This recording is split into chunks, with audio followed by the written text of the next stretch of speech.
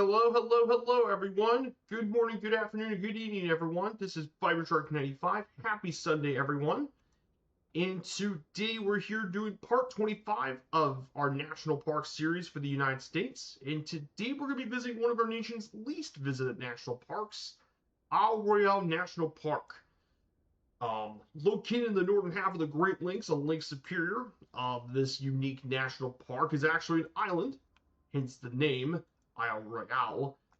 But it's one of the largest lake islands in the world, at around 206 square miles. And this island is really unique. It's a UNESCO Biosphere Reserve, and it's not very well visited. Only 25,000 visits in 2021. But despite that, though, this national park still has some really unique stuff on offer for those who don't mind being a bit more adventurous. So I hope you're all doing well. I hope you all have a great weekend. It's going well for you. We're here at Delta County Airport in the Upper Peninsula of Michigan today. So we're doing a pretty simple flight plan, but we're mainly just going to do some flying around the area, of course. So before we get started, I do want to say hello to all you guys in the chat and the lurkers. I hope you're all having a good day. So here's our flight plan for this morning's trip. So we're going to start from Delta County Airport here in Escambia. We'll fly up north. We got our first of our two links. We'll fly our way to Houghton. We're going to be landing at 0M Mike India 5. If you take a float plane, you can land at Houghton County Airport, Kilo Charlie Mike X-Ray. Then from there, we'll go ahead and fly over to Isle Royale. We'll fly over the park. We will do a waterside landing at Lake Desor and Sisquit Lake. We'll be flying slowly over all this area. Once we do that, we'll pay a visit to Passage Island Lighthouse, and then we'll make the 39 nautical mile short hop over to Thunder Bay Airport in Ontario, Canada. Since it's one of the closest airports to land in, and we'll land there, and we'll wrap up the stream at Thunder Bay Airport. So that's going to be our flight plan this morning, and that's going to be how things are going to be here today. And the reason we're doing this is because we're taking a float plane today. We're taking the Cessna 172 floats. I think this is a perfectly good plane for this adventure. I mean, we're going to have some water lanes and stuff, and I thought the 172 would be perfect. It's not a dedicated bush plane, but thankfully we'll have plenty of room in some of the runways so we can do some water takeoffs and stuff. So that's what we're going to do this morning. So this is the analog gauge version of the 172. So we'll get everything turned on.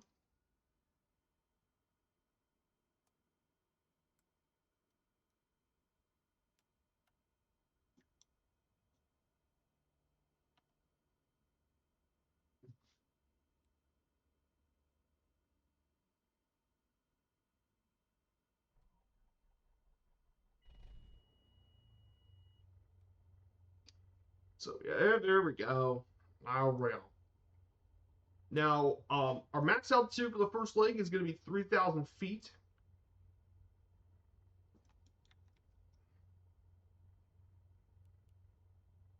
So we're going to be climbing at 3,000 feet for this one.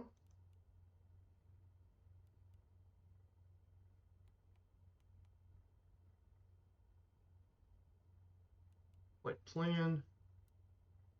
A. E.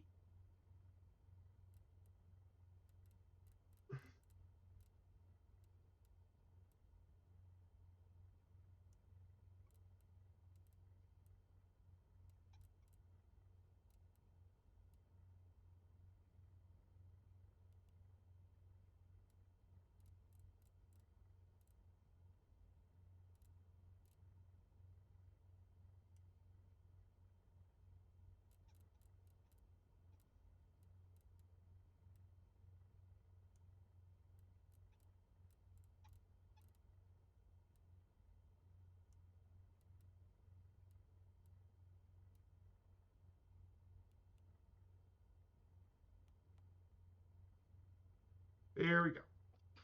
So that's pretty much everything get going. We're going to go ahead and do the parking brake. And we're going to taxi on our way out.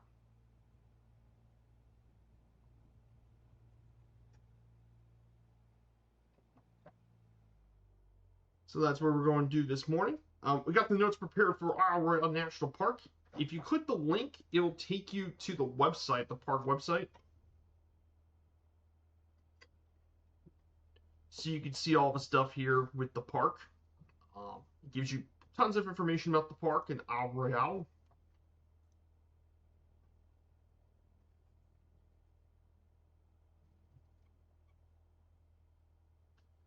Some really cool information about this park. Really neat area. Like I said, not many people get to fly to this park, but that's why we're doing this series in the first place.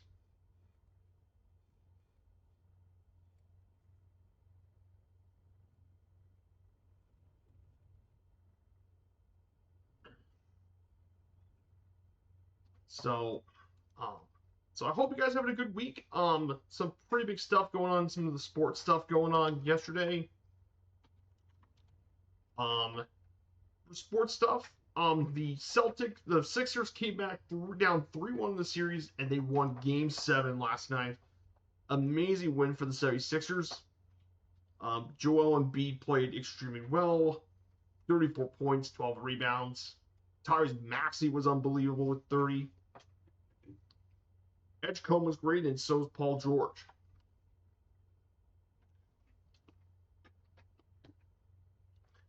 And they all contributed really well to the win.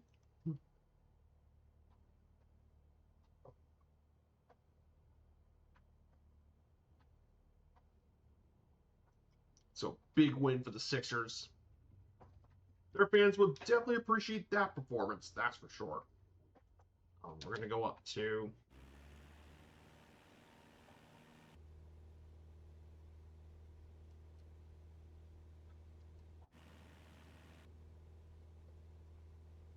So here we go. We're going to take off here. Morty. Yep.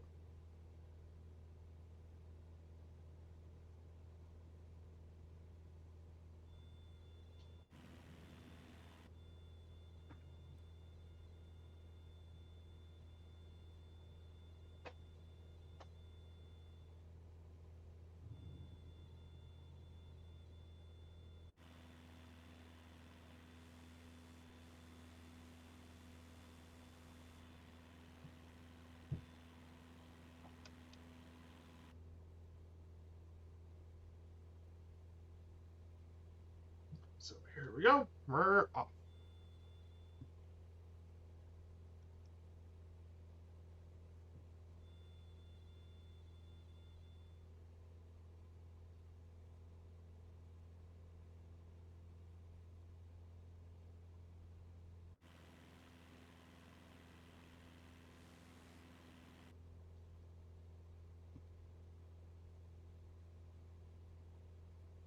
Here we go. We're finally off. So, like I said, the good old Cessna 172 float plane. It's a definitely classic little float plane.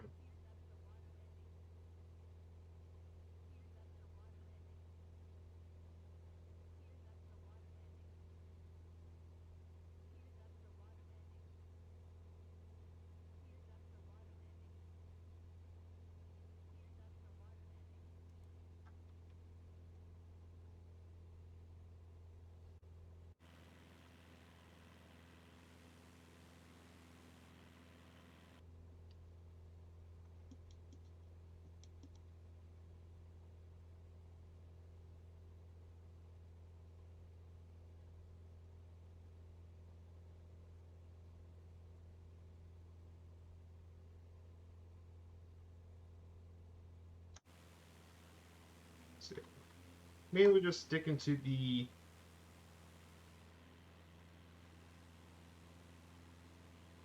just a more level flight. We're just going to go around 400 feet a minute.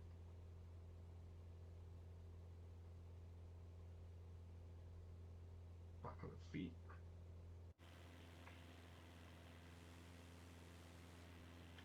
So we're going to climb it to 500 feet a minute. So we're going to go ahead and make our way over to our national park. So some other big sport events here today. There are a couple big ones, of course. Manchester United Liverpool is today, 10:30 a.m.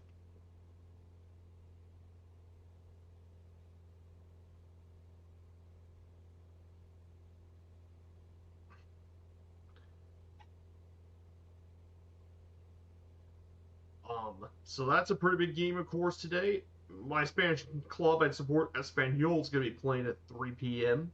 this afternoon. Some pretty big things going on for other things as well.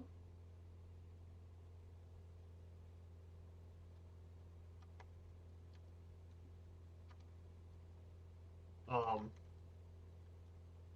so FC Schalke is getting promoted. That was in the news yesterday. FC Schalke are champions of the second Bundesliga, and for the first time since 2022, they're back in the Bundesliga, which is a big deal for Schalke. They're historically one of the most important clubs in all of Germany. So good to see Schalke 04 finally into the Bundesliga again. I mean, next season they'll be in the big leagues in the Bundesliga.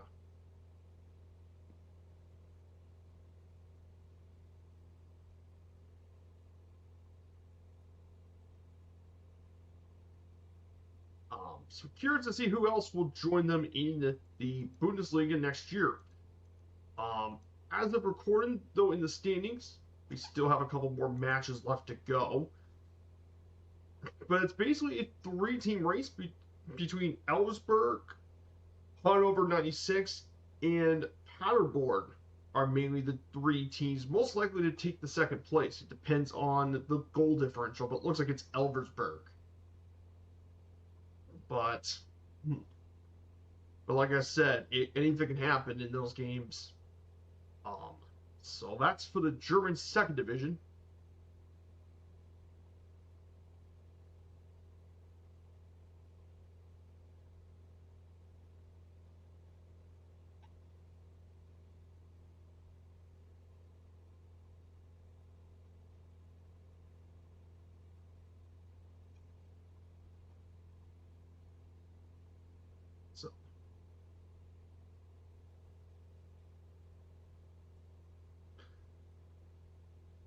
So they got two matches left to go.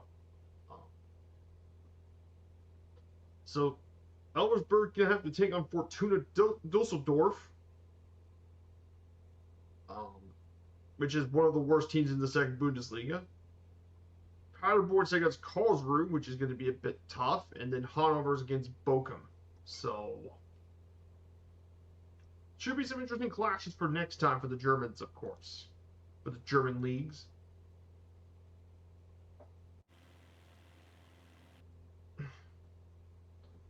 So it should be some interesting clashes, of course.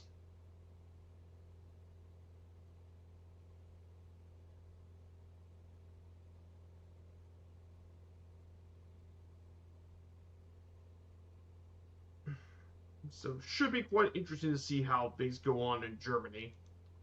In terms of other sports as well,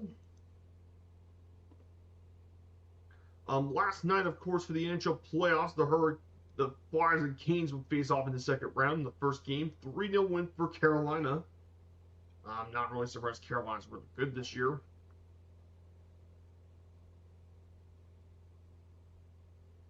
But of course, today is the two game sevens. We have the second round matchup with the Avalanche and Light and Wild, and then the game 7 against the Canadiens and Lightning for game 7. So we got one last game 7 left to go.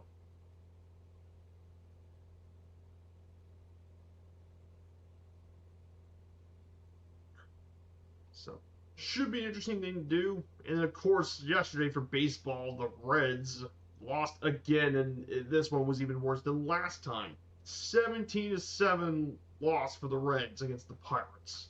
Yeah, the Buccos scored 17 runs, 15 of them come in the first 4 innings.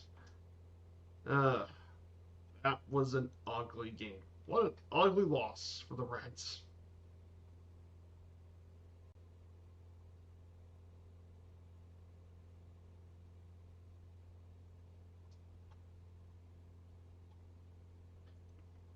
So, of course, you guys know our next game day flight will be El Clasico. Would be next week's game day flight. Will be El Clasico, Barcelona and Real Madrid.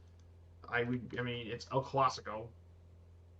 Why would I not want to cover that? Which is going to be next week. So next Friday will be Barcelona, Real Madrid, El Clasico. We'll fly from Madrid to Barcelona, of course, at the Camp Nou. Should be a huge matchup. Barcelona looks to secure the league title again for El Clasico. Though interestingly enough, I'll actually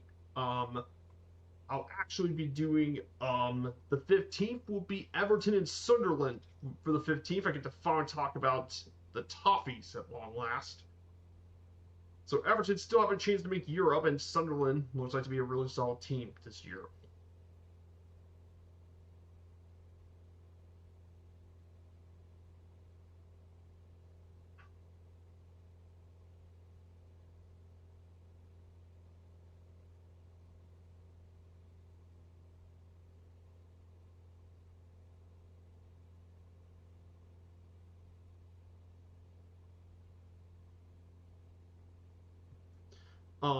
Then for the 22nd, I have Bodo Glint versus SK Braun.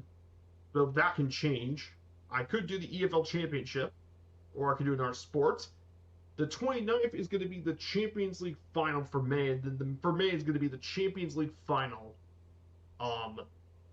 Either the winner of PSG Bayern versus the winner of Arsenal Atletico. And of course, the June 5th is going to be the Stanley Cup, NBA or Stanley Cup final. Whatever that's going to be. So.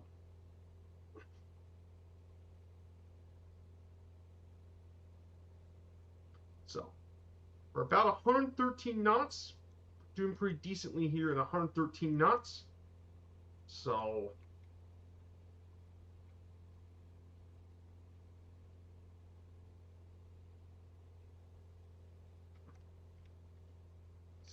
Of course, let's go ahead and talk about Isle Royale National Park as we're doing some flying up here. So for Isle Royale National Park here in Michigan, this national park consists of Isle Royale along with 400 small adjacent islands and surrounding waters of Lake Superior in Michigan. The island itself is around 45 miles long and 9 miles wide with an area of 206.73 square miles, making it the 5th largest lake island in the world, which is really impressive though. Yeah, this is one of the largest lake islands in the world. The only 5 lake islands bigger than Isle Royale is Manitoulin Island in Lake Huron, which is in the Great Lakes, René-Lavassieur Island in Quebec, Salmingen Salo in Finland, and Okon in Lake Baikal, Russia.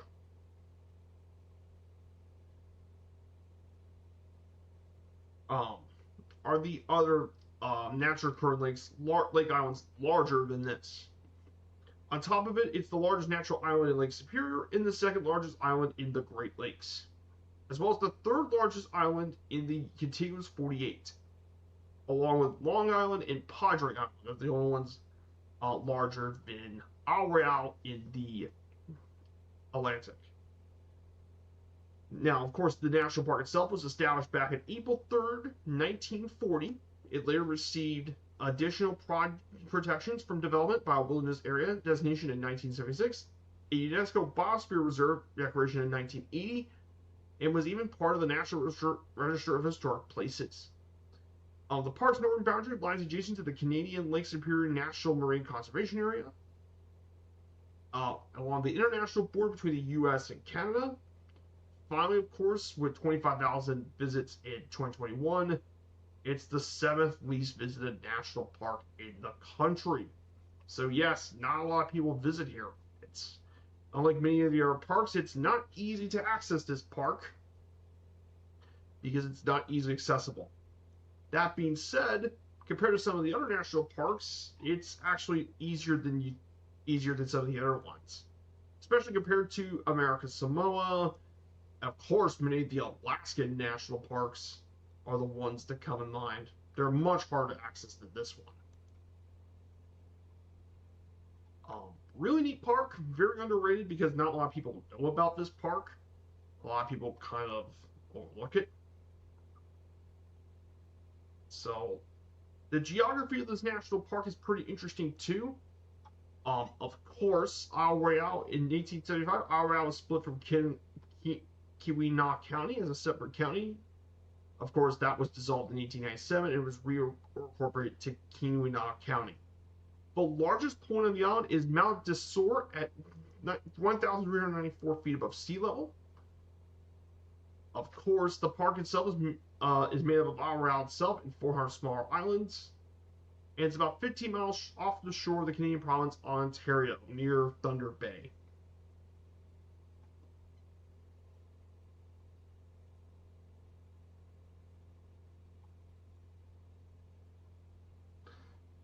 One of the other really unique things about Isle Royale, of course, there are no roads on the island, and wheeled vehicles and devices other than wheelchairs are not permitted. However, they do have wheel carts available to move personal belongings from Rock Harbor Marina to the cabins, and many of them also employ tractors and utility vehicles to move islands to the developed areas of the park.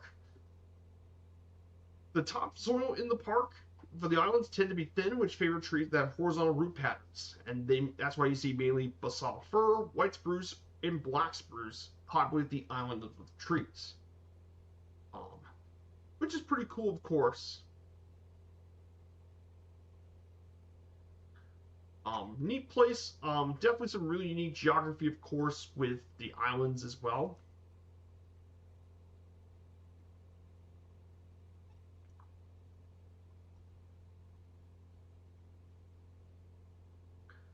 So we're heading to get closer here, but yeah, that is a bit about the geography of the island, and we'll also be paying a visit to Mount Desor on the island, and we'll find Mount Desor and we'll fly over it.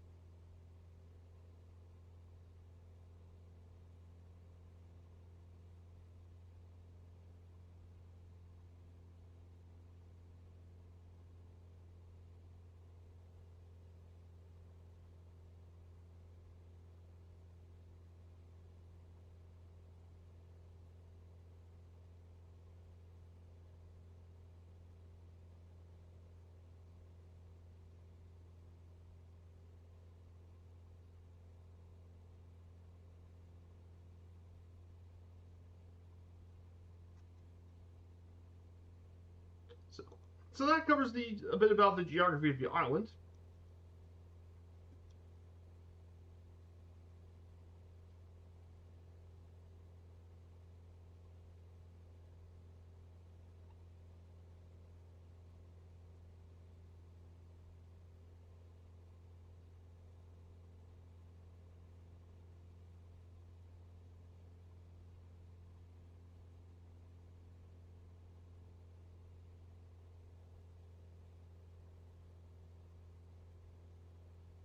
So we're gonna head on moving forward here.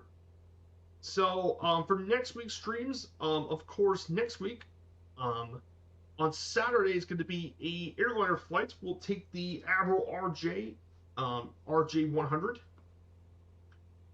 It will take the Admiral RJ 100. We'll fly from Southampton over to Jerez, of course. um, for the for my vacation stuff, I want to talk about what I did on my trip. So we'll do that on Saturday, of course. Should be a perfect flight for it.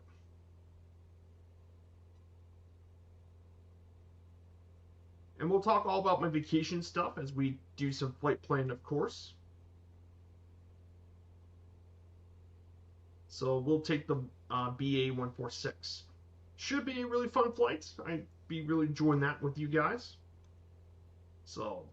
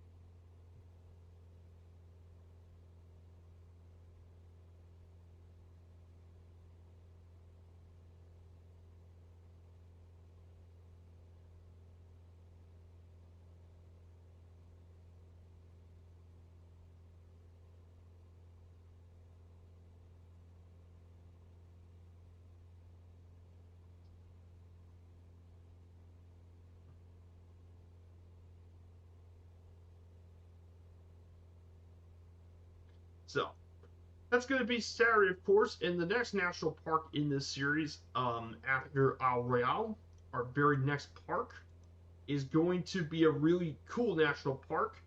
And this one is actually the closest one to where I live. Mammoth Cave in Kentucky would be a really cool one. So excited to explore Mammoth Cave with the rest of you guys. Should be a really, really fun time exploring Mammoth Cave. So I'm looking forward to exploring Mammoth Cave with you guys. We'll be flying over from Indiana to Kentucky, of course. We'll be flying from Bloomington, get to Louisville, and make our way um, to Mammoth Cave.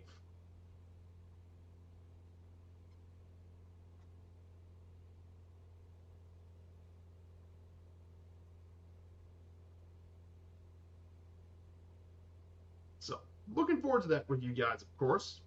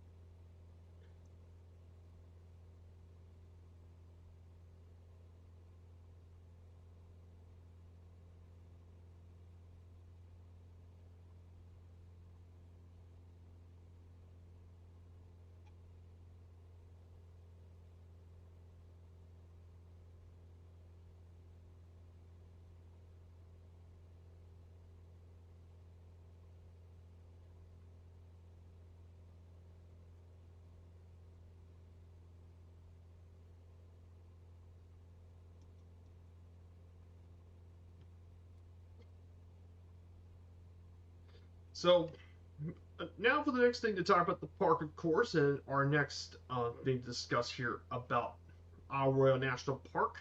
One really cool thing about Isle Royale, of course, to cover, of course, is the history of this park. Now, the history of Isle Royale National Park dates back to prehistory. This island was actually a pretty common hunting ground for the native people from nearby Minnesota and Ontario. A canoe voyage of 13 miles is necessary to reach the island's west end for the mainland. Large quantities of copper artifacts were found in Indian Mountain settlements dating back to around 3000 BC. Were likely mined on the island in nearby Keweenaw Peninsula. The island had hundreds of pits and trenches up to 65 feet deep from these indigenous people. but most in the Macargo area. And some of this stuff was dated back to 6,500 years ago.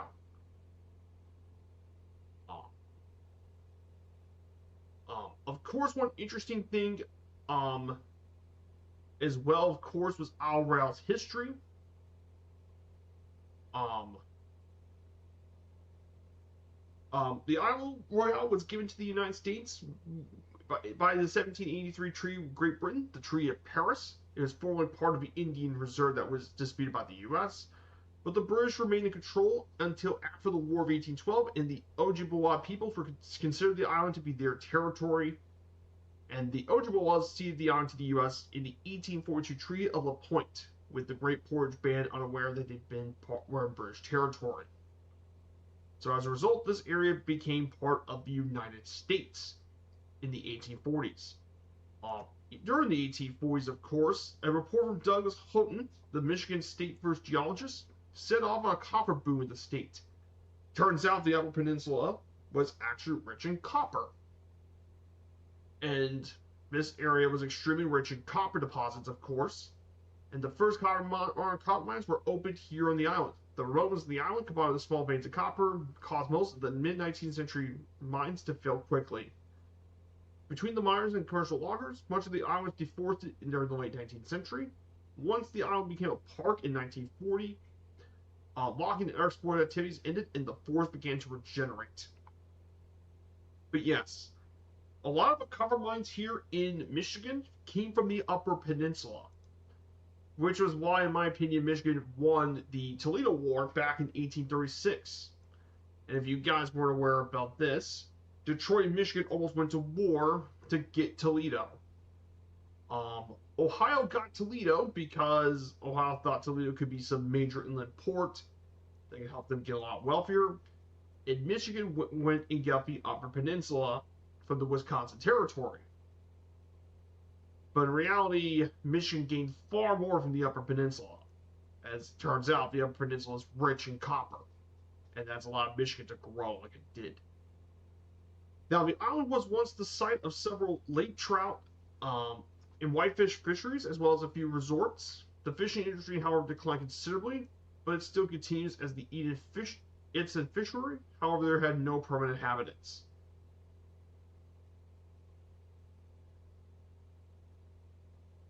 Because numerous small islands surround Isle Royale, ships were once guided to the area by lighthouses at Passage Island, Rock Harbor, Rock of Ages, and Isle Royale Lighthouse. And the western tip of the island is home to several shipwrecks that are popular with scuba divers, including the SS America. So yes, shipwreck sailing is pretty big, and the areas notorious for harsh weather, dramatic underwater photography, resulted in largely intact, well-preserved wrecks through the park. So that's pretty cool, though. This place is known for a lot of shipwrecks, so if you got some shipwreck diving, you can go down below the water, of course. So as we go through here, we're going to continue straight. If you look to our right, you can see the vestiges of a lot of the copper mining here in Michigan. And yeah, you can definitely see why Michigan, why this part of Michigan had a lot of mining. And you can see that on your right, of course. So you can see all this area was originally built as copper mines. We're a big deal here.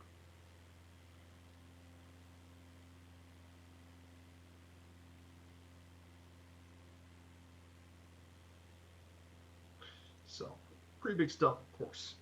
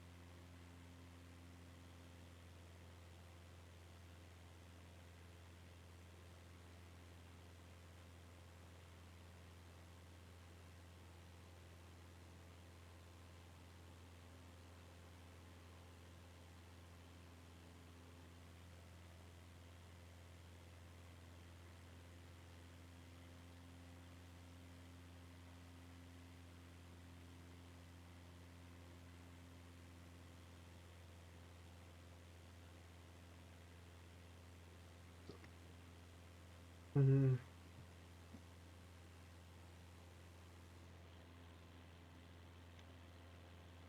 So here we go. We're going to go this way. Up we go. Absolutely beautiful day, of course. Really stunning trip. For the flight sim community, of course. Tomorrow, Mer's gonna be back online for the for his another stream, another one of his from Earth to the Moon series, the 736 from Edwards to Las Vegas, and then over to Groom Lake, Area 51.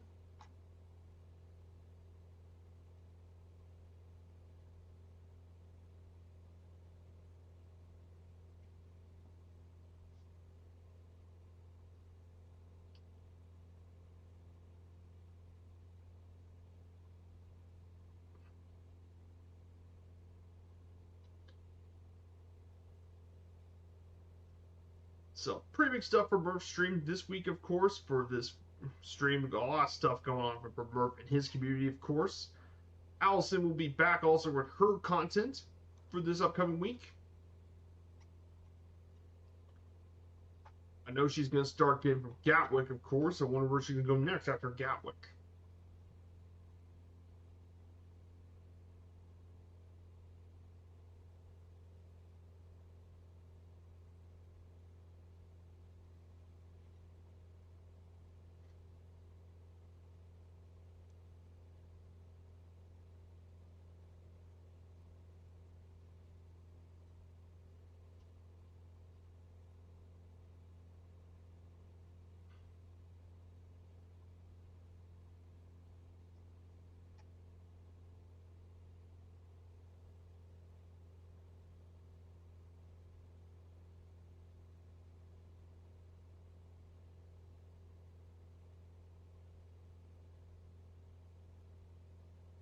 So, so we're going to continue on forward to Houghton, Michigan.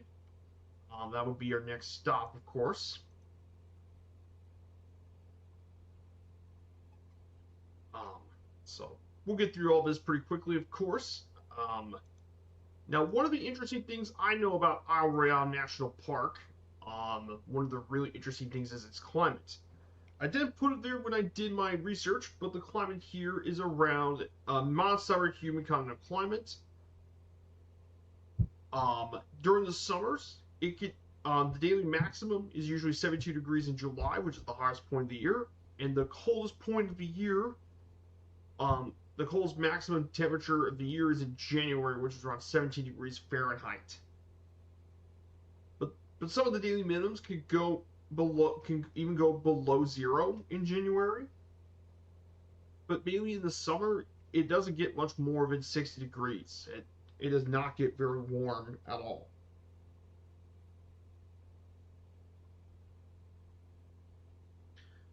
So, so in terms of climate, it's always been a bit on the colder side because of the lakeside climate between being pretty far north in the continental 48, and of course the fact it's a lake, so it can get very cold.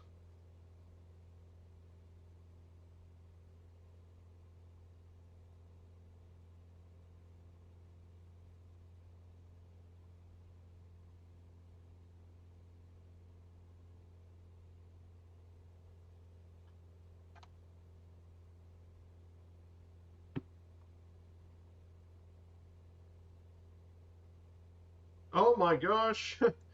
Oh my gosh! Liverpool are getting dismantled.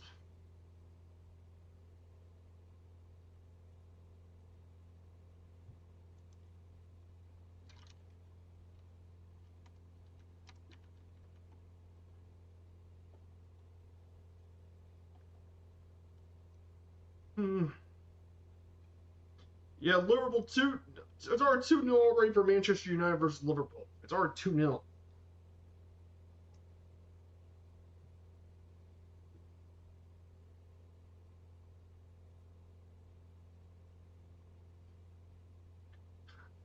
Uh,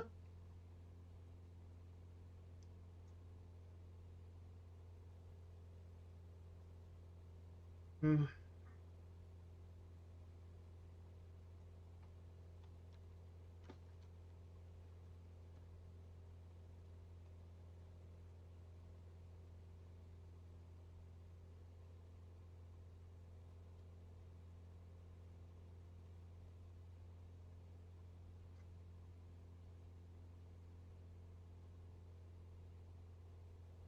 So yeah, big window for so far. Manchester United's just dominant. Just keep track of the score. Manchester United are dismantling Liverpool, and then in Italy, it looks like Sassuolo is just beating AC Milan. Yeah, that's not good for AC Milan at all. So, so let's go ahead and talk more about the slideshow. We're going to talk about the last two slides I think we're going to cover before we get to our first stop, the flora and fauna of the island.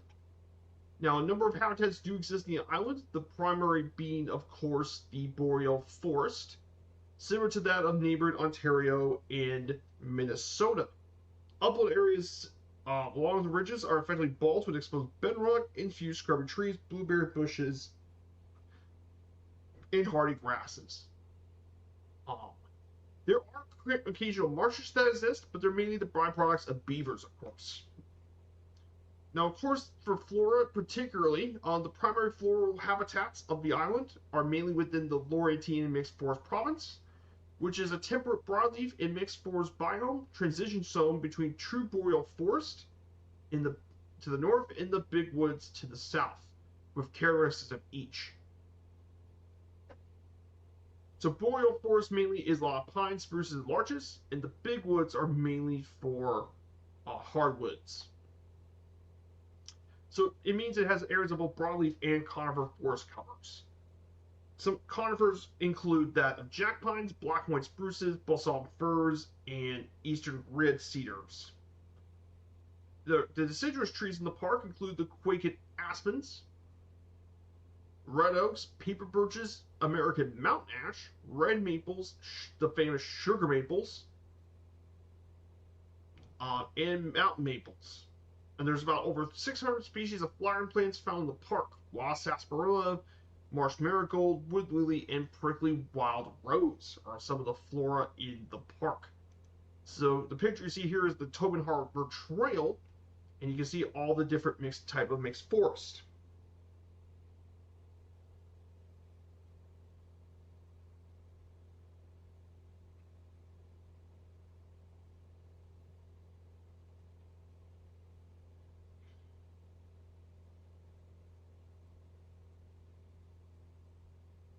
Mixed forest in the park. Pretty cool stuff. Lots of different usually trees and stuff.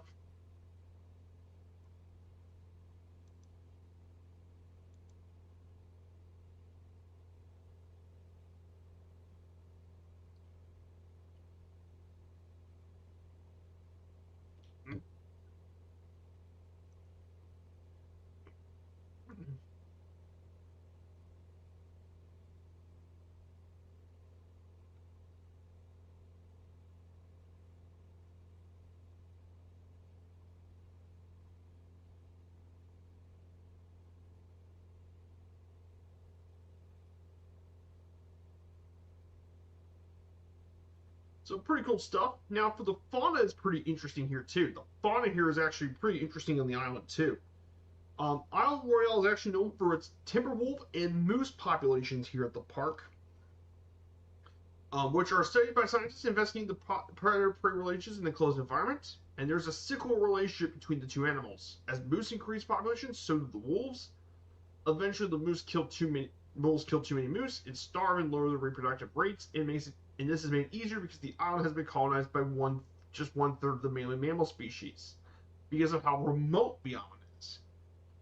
In addition, this environment is unique as the only place where wolves and moose coexist without the presence of bear species. Now, there are other common mammals in the park, include red foxes, beavers, and red squirrels. Some foxes are accustomed to human contact and perceive grounds at dawn, looking for stray scraps left by unwary campers. For the most part, wolves are pretty elusive, which avoid human interactions.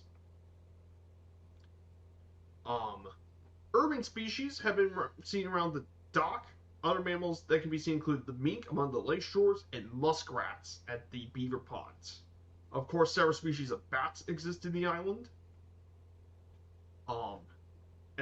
And you can find reptiles like the gar snake, peanut turtle, and northern red-bellied snake, as well as 6 species of frogs and 3 species of salamander live on the island. Now, here's the crazy thing. Historically, neither moose nor wolves inhabited the island. Just prior to being a national park, the large mammals now around National Park were actually the Canada lynx and the boreal woodland caribou. Archaeological evidence indicates that both species were present in the island for 3,500 years, however, before being removed by direct human actions hunting, trapping, mining, logging, fires, and competitions. The last caribou sighting was actually in 1925. Though lynx were removed in the 30s, some have periodically crossed the ice bridge from Ontario, with the most recent sighting being in 1980. Although lynx are no longer present on the island, their primary prey, the snowshoe hare, still remained. And even before wolves even came onto the island, coyotes were also predators here. However, they disappeared after wolves arrived in the 50s. Four wolves were also brought in by Minnesota in 2018, though some believe whether they were unnatural or not. Moose, however, were believed to colonize the island between 1905 and 1912.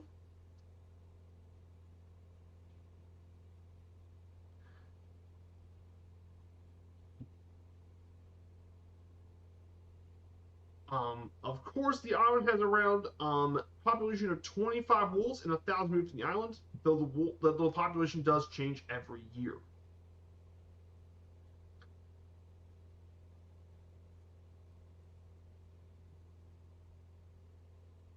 So pretty interesting stuff here about the flora and fauna of the island. So that pretty much covers the flora and fauna. And we're getting not too far away from our next stop.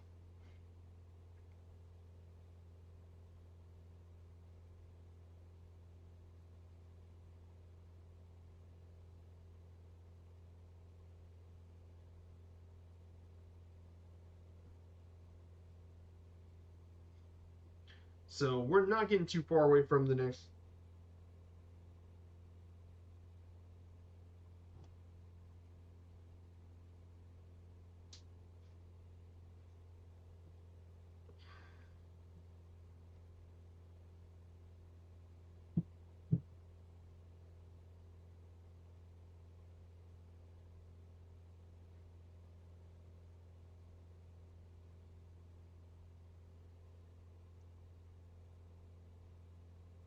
Hmm.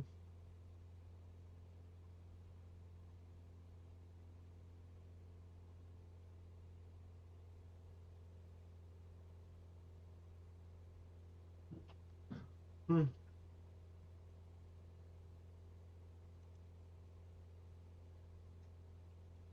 Hmm.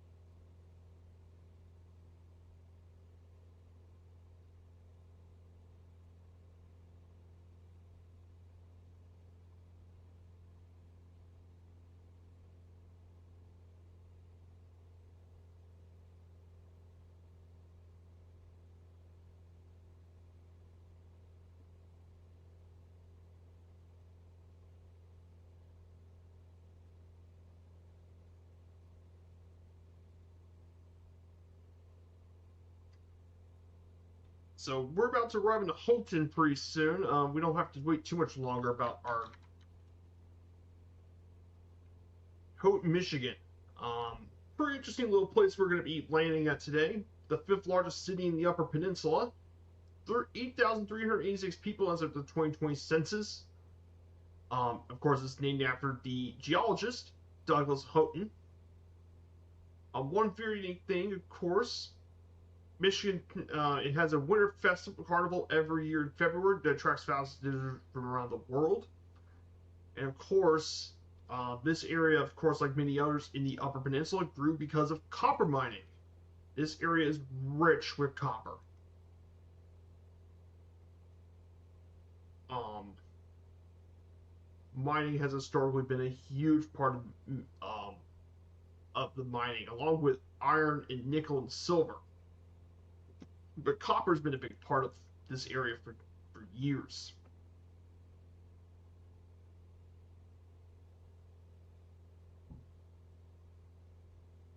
But this is also one of the main ways you can get into Isle Royale National Park because, of course,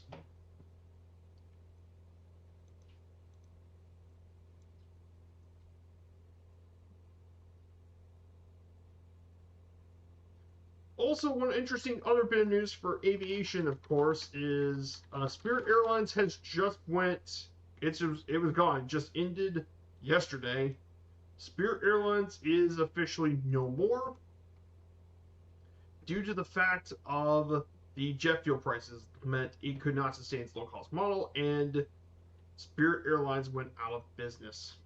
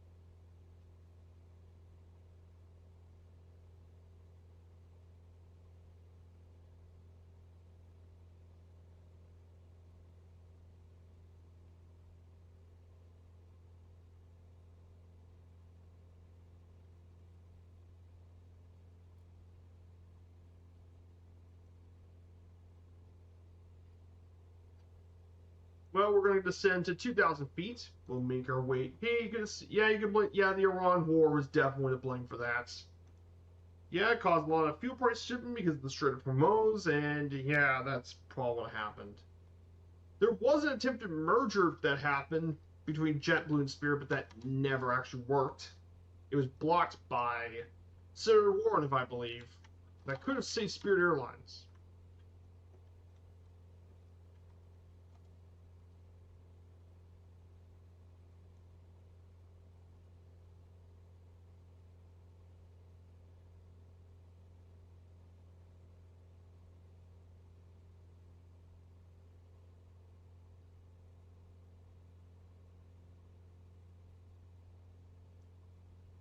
So there you go. Like I said, don't want to talk too much, but that's probably one of the reasons it happened, of course. So we're gonna go ahead.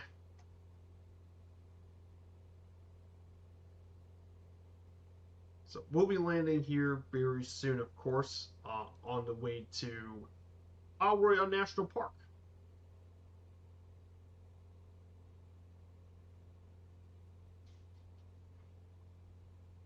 But yeah, like we're gonna get there very, very soon, so we don't have to wait too much longer. So a bit about the Upper Peninsula. Yeah, I've read some of those who deep in spirit to get point A, point B. One guy said he had to wait 2 bad days. Yeah, yeah. Spirit always had issues with delays as well. Of course, they've always had some issues too. Um, between lots of delays and stuff and all that.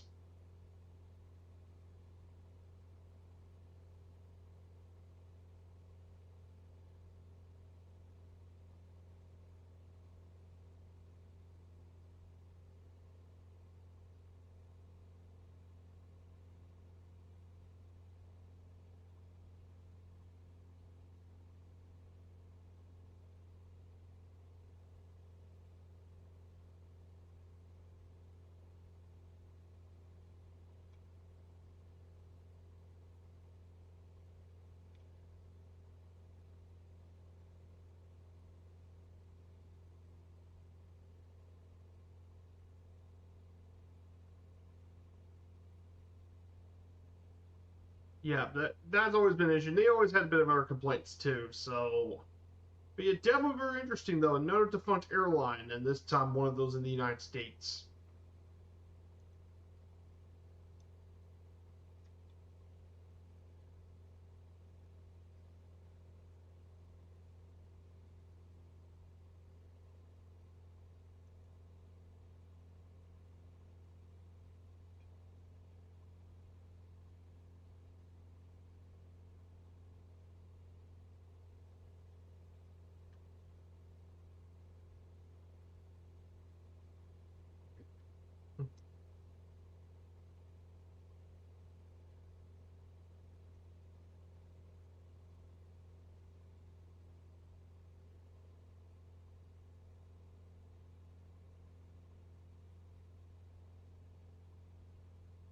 So we're gonna get ready to make our first lane very shortly into Houghton. We should get there pretty quickly, of course.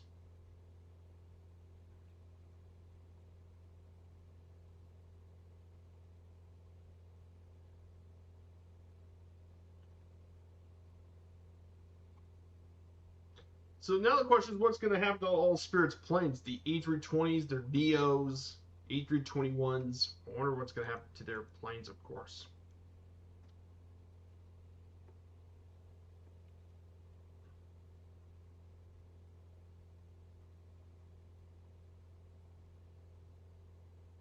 Many of these aircraft are going to be in storage. Some return to lessors, of course. But I wonder what the other planes are going to be going to.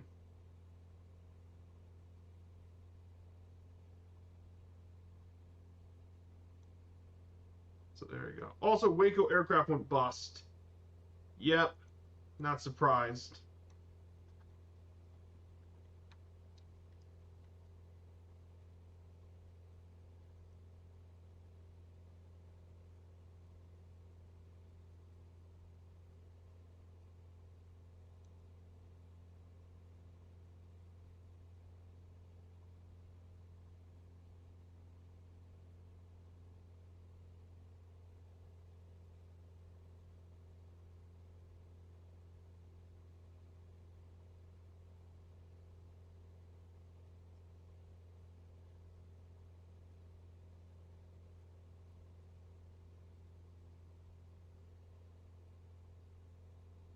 So we're going to get very ready to get going. So this is Houghton.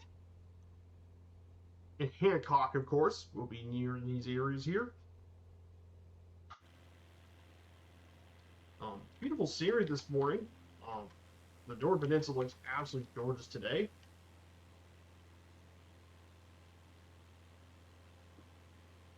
But yeah, looking forward to when we finally get to the island, of course.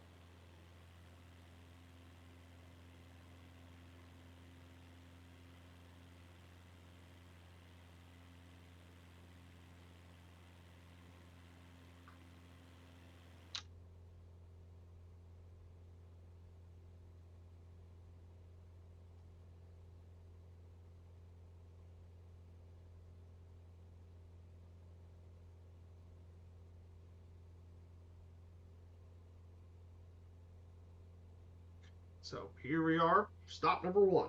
So we'll go ahead and get ready for the trip here to Houghton. Let's see if we can get a good landing, of course, here at the airport.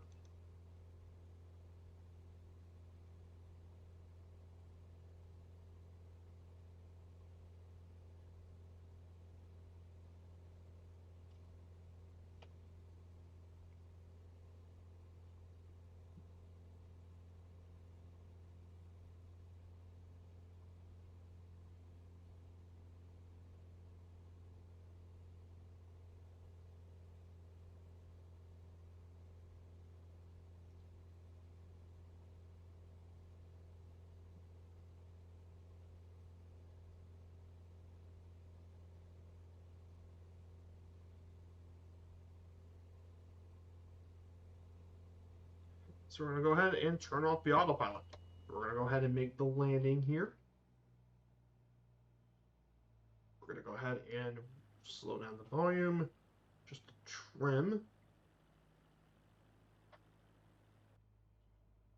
And we're going to sail on the river. We're going to go ahead and make a landing here at the seaplane base. So we're going to go ahead and do that. Use that to slowly slow down and prepare for the landing.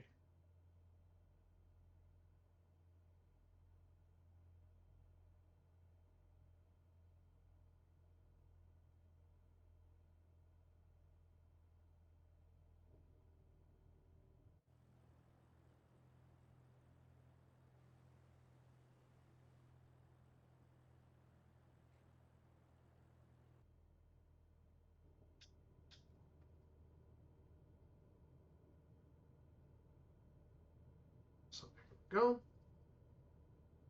And we're down. We're going to be down here very soon.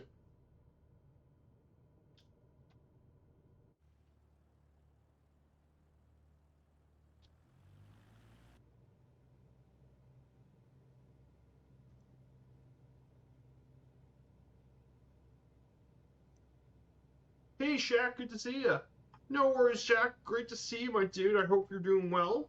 We're making our first stop of the day here at we're making our first stop of the day here at Grogan Flying Service. We're in Houghton. We're gonna land here at the bay, of course. So that's where we're going here today this morning.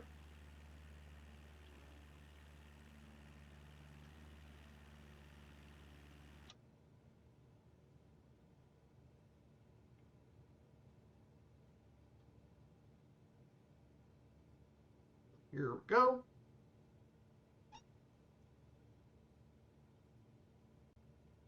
May not be the smoothest landing, but it should be interesting enough. We're gonna go ahead and lower the power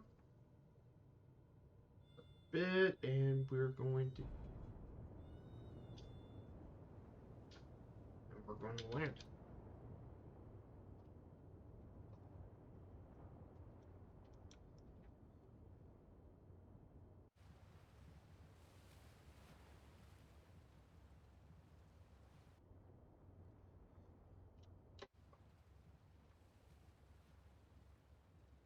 Yeah, we make a seaplane landing. Like I said, we don't get to normally fly with the seaplane, so this is it's always a treat to do some seaplane flying, floatplane flying in the sim. Oh, nice. They just added the heavy cargo and all that, so they finally got the certification for those. That finally came with the new update, which is great to hear.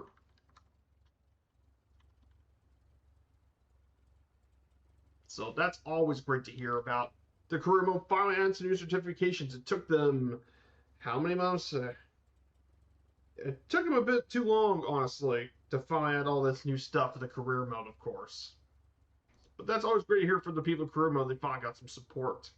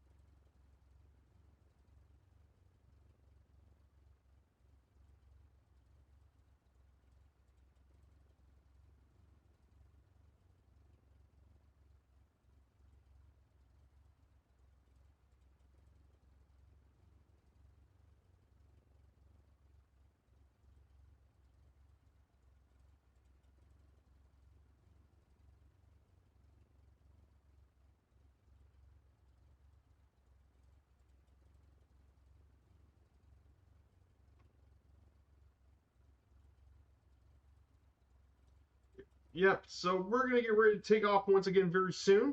We just make it a little bit of a hard landing, of course, here.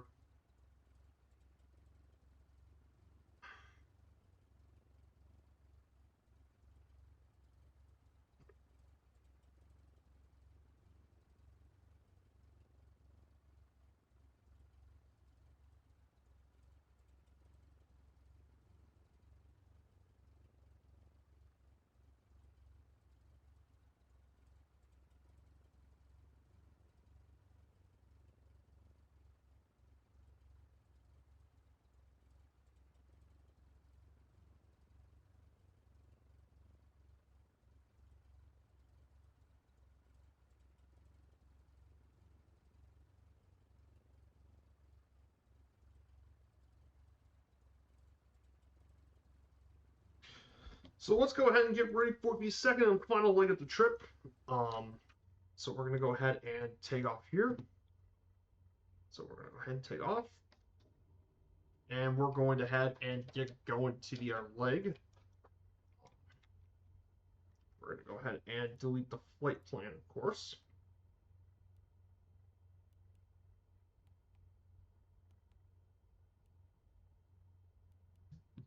For pretty much most of this, we'll be flying around 2,000 feet. And our waypoint's going to be 335 degrees. And,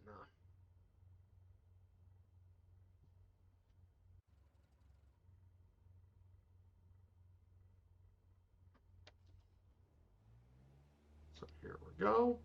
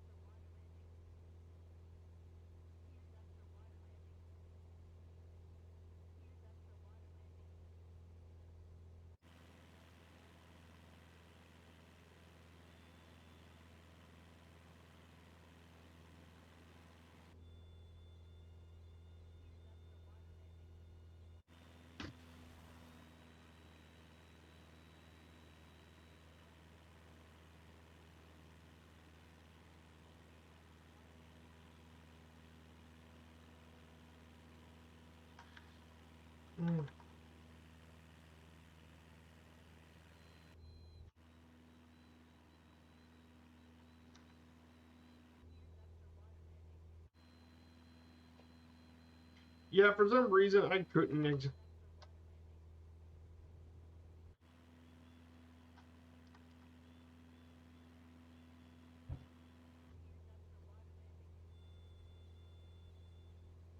Sorry about that. I had to.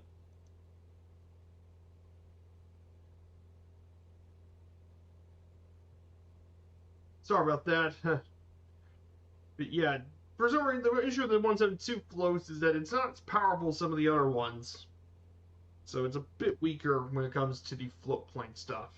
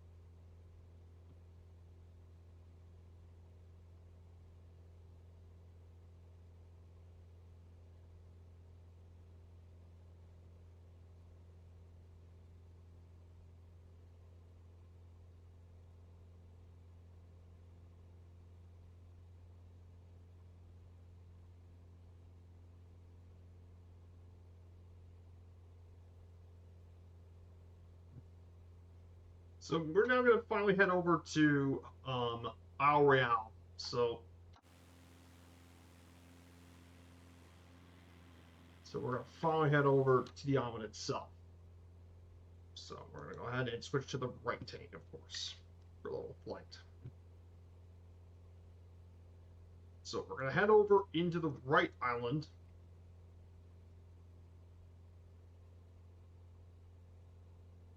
So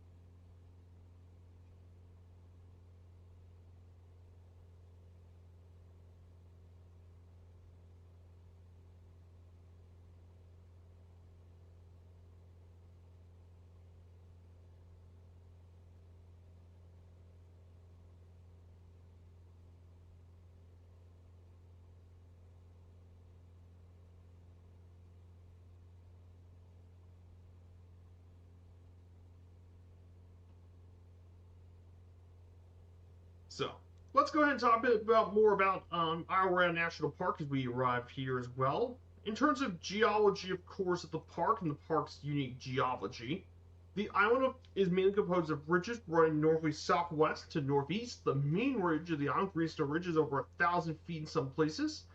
Greenstone belts are exposed with round stones of chlorophyllite, aka greenstone, near the and in the lake.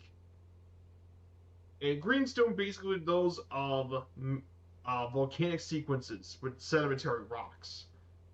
The two main rock assembrages found on the island are in the Portage Lake Volcanics area and the Copper Harbor Conglomerate. Both date back to the Precambrian times. The volcanics are mainly those of flood basalts, some 100 individual flows over around 10,000 feet thick, and mainly the conglomerate outcrops are mainly of sedimentary rock. Native copper and chlorophyllite, the official state gem of Michigan, are secondary minerals filling the pore spaces for by vesicles and fractures within the volcanic rocks. Basically, chlorophyllite, which is the official state gem of Michigan,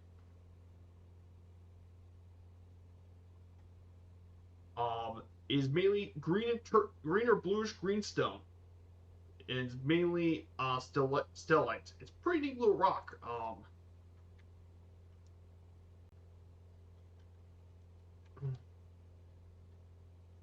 Um, but yeah, really cool little gemstone. It's basically green and white molted with mineral. It's the gem of Michigan. Really cool little gem if you ever get a chance to see one of these. Pretty neat little gemstones, of course.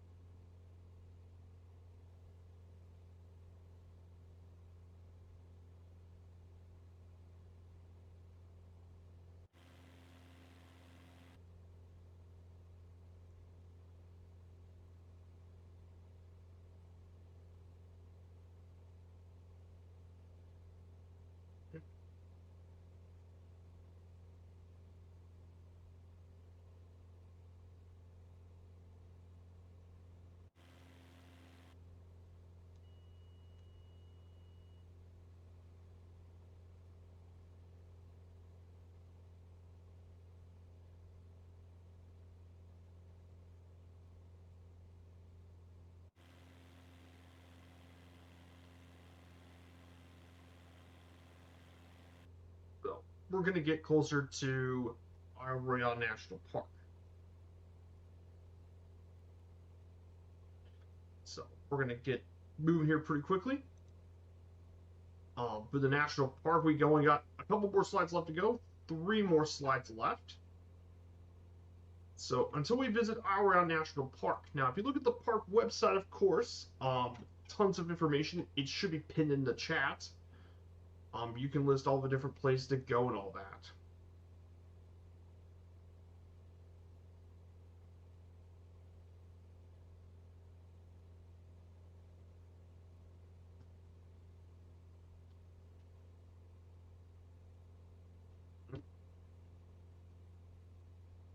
So, one of the really cool things, though, about our national parks, the recreation opportunities, and there's some pretty interesting ones this place has. The main recreation include hiking, backpacking, fishing, boating, canoeing, kayaking, and observing nature. Wheeling vehicles are not permitted here, however, wheelchairs are allowed. The island offers around 170 miles of hiking trails, everything from day hikes to 2-week circumnavigation hike. Some of the hiking trails are quite challenging with steep grades, one of which is the Greenstone Ridge Trail, which runs 40 miles from one end of the island to the other, and it's mainly done for a 4 or 5 day hike. And a boat shuttle can carry hikers back to their starting point. And the trail leads to the peak of Mount Desor, the highest point of the island, and passes through Northwoods Wilderness and inland by glacier lakes, swamps, bogs, and scenic shorelines. In addition to this, the park also has 36 designated wilderness campgrounds. Some of them are in the interior or only access on the trail or by canoe and kayak on the island lakes. Other ones are accessible only by private boat. They mainly vary in capacity, but include a few 3-sided wood shelters with floors and roofs and several individual sites suitable for pitching a small tent. The only amenities at these campgrounds are pit toilets, picnic tables, and fire rings in specific areas. Campfires are not permitted in most campgrounds. Gas and alcoholic camp stoves are recommended. And drinking and cooking water must be drawn from local water sources and are filtered, treated, and boiled to avoid parasites. Hunting is not permitted, but fishing is. So no hunting, of course, in this area. But you are allowed to do some of the other stuff here.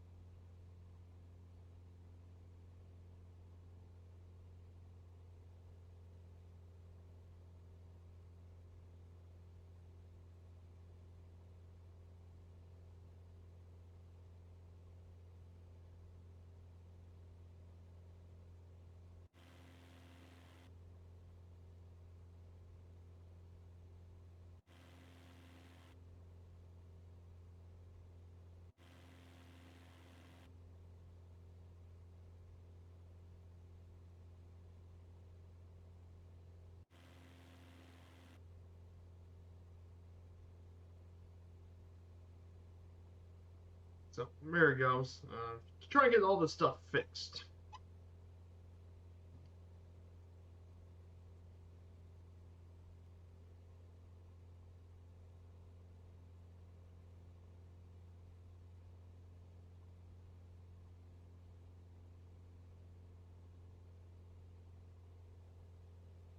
So here we go. We're gonna make our way over to Isle Royale.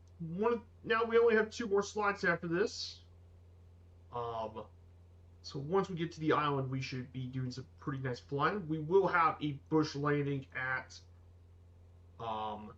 Lake Desor. We'll have a landing at Siskiwit Lake. Well, bush landing here, and then we'll fly out of here and head back to Thunder Bay, of course. So we don't have that much longer left to go.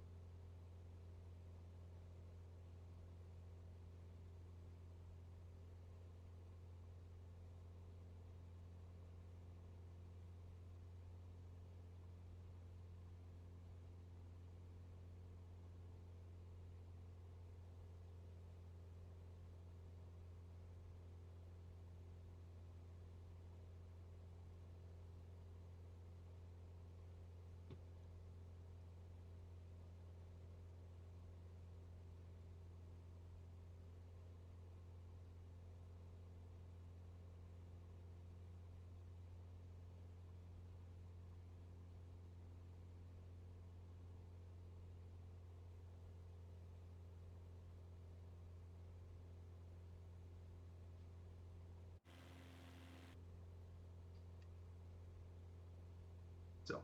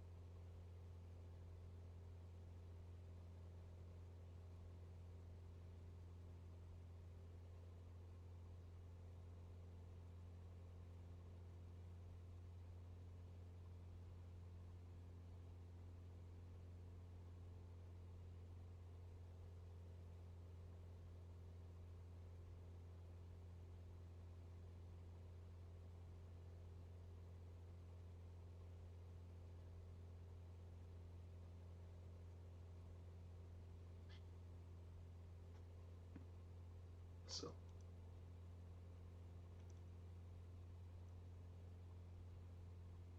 So here we go. We're going to go ahead and get to the island, of course.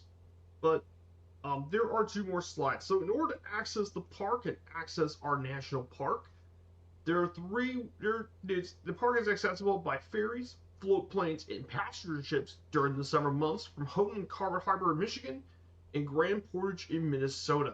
Now, of course, if you take a private boat, you can travel through the island through the coast of Michigan, Minnesota, and Ontario. And Isle Royale is actually quite popular with the day trippers and private boats. And day trip ferry service is provided by the Copper Harbor and Grand Portage to and from the park. Of course, Isle Royale is the only national park to close entirely during the winter months, from November 1st to April 15th, due to the extreme weather conditions and for the safety and protection of visitors. As a result, Isle Royale is the least visited national park in the contiguous 48. However, due to the winter closing, due to the weather distance and the distance between Lake Superior to reach the park. However, it's among the least visited parks, and only the remote Alaska parks receive fewer visitors than Isle Royale. So yes, you can take the float planes out here, which is why we're taking this thing today, for that specific reason.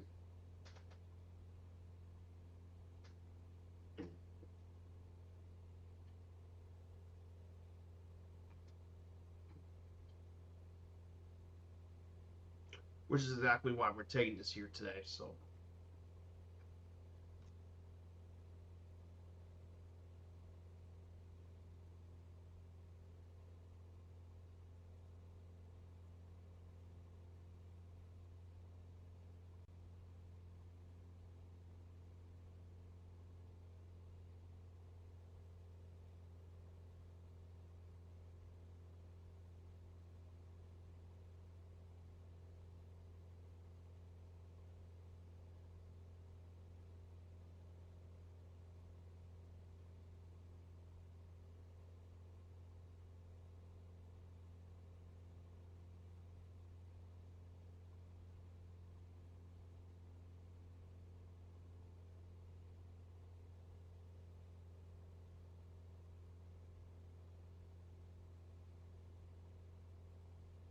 Is that Land Hoy? It is. It's our Royale.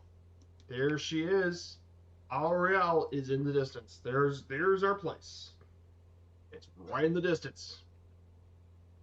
There she is. Yeah, it's a pretty sizable island.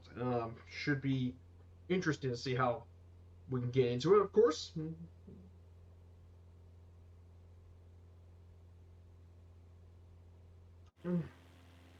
Yeah, makes it more reasonable to take the floats for today.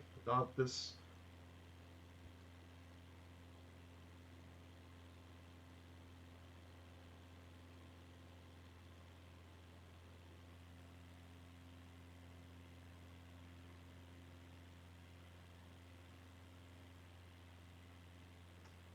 So we're going to get going.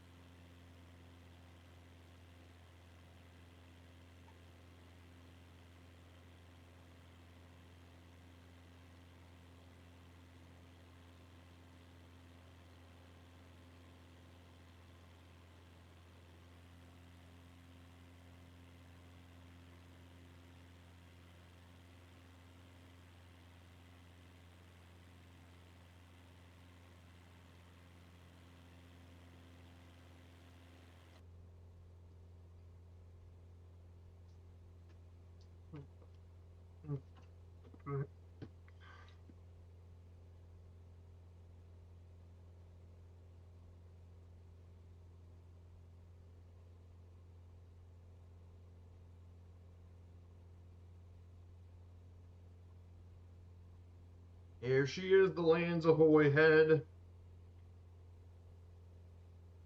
In our final slide for today, of course, we have one last slide, and I'm going to go ahead and cover our final slide for today.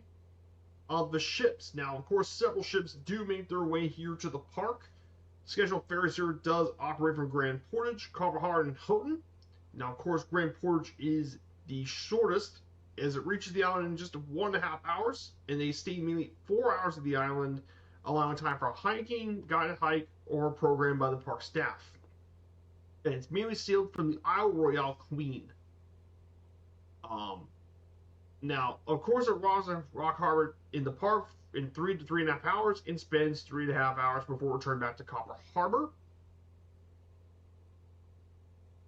So Grand Portage is the shortest one to get there. The Sea Hunter operates round trips from the Otsing Visitor Center, and it's the fastest ferry in the park.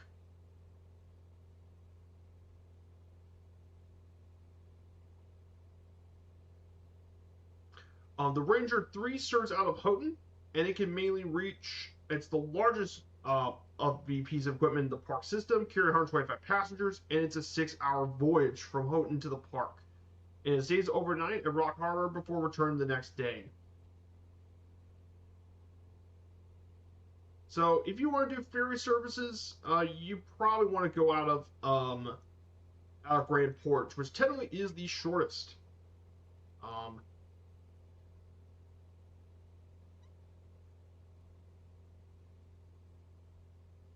And technically, I could have also did the flight out of Grand Portage too.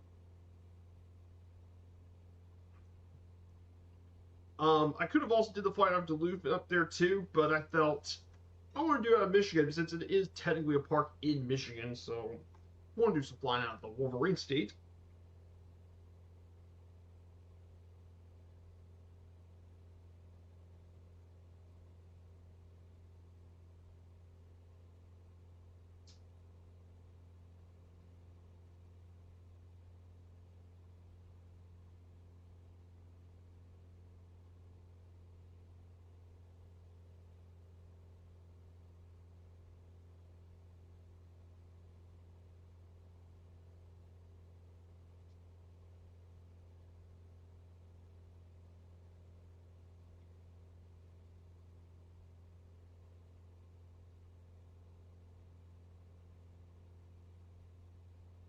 So here it is, guys. Royale National Park. Here we go. We finally reached the island. So there she is, the Royale. Beautiful little park here right today, guys. Beautiful area. So here it is. We finally made it.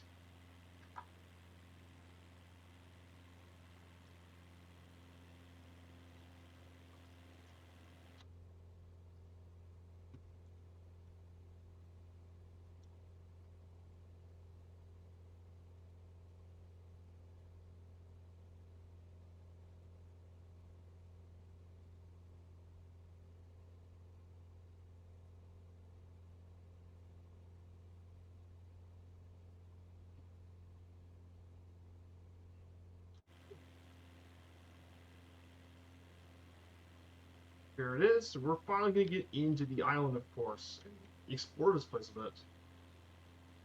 So you can see all the beautiful islands and stuff here. Really neat areas.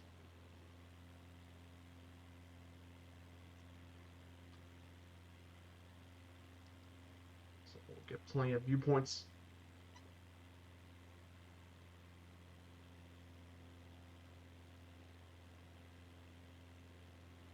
Hey, Surly Dev. Good to see you, Surly. I hope you're doing well, my dude. We're visiting Royale National Park today.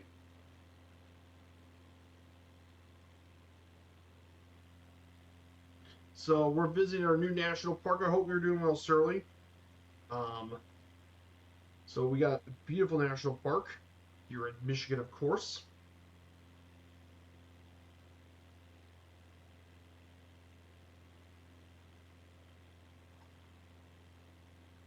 Absolutely gorgeous little park. So we'll turn right on into pretty shortly. Turn right. Yeah, just this looks absolutely incredible. This island, it's bigger than you think it is, and I can definitely already tell. This is already a really nice little lake island. Beautiful park.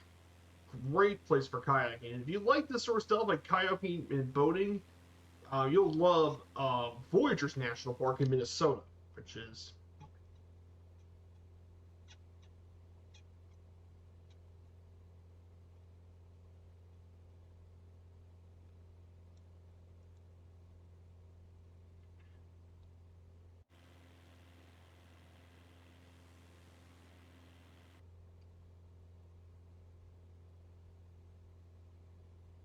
so that is the last slide of the park. So that's our final slide for today. So let's go ahead and head our way into the park.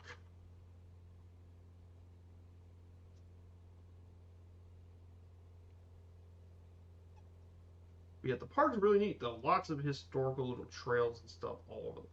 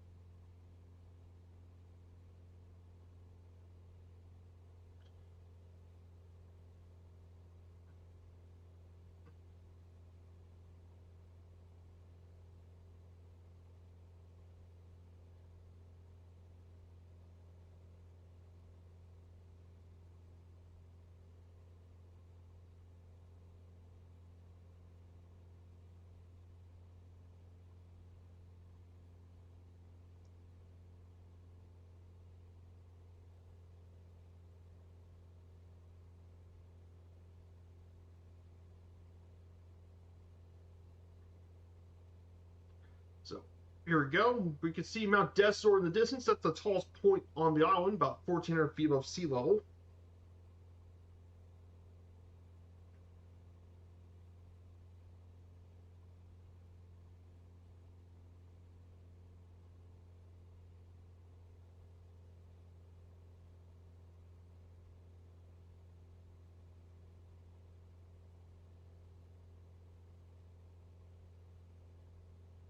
So,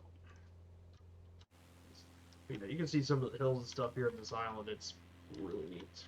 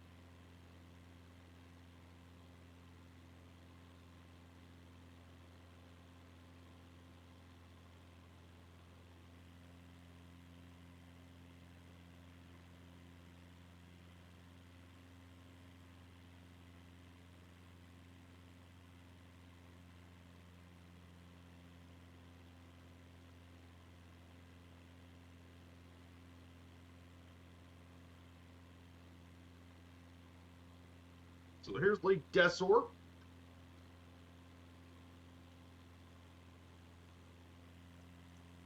So here it is. Beautiful lake.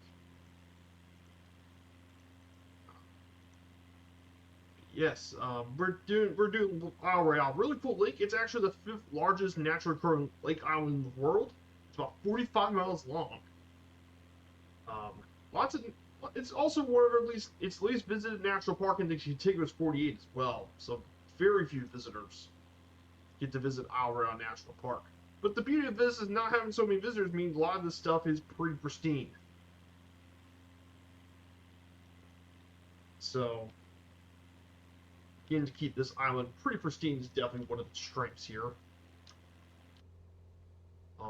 We're going to go ahead and turn right.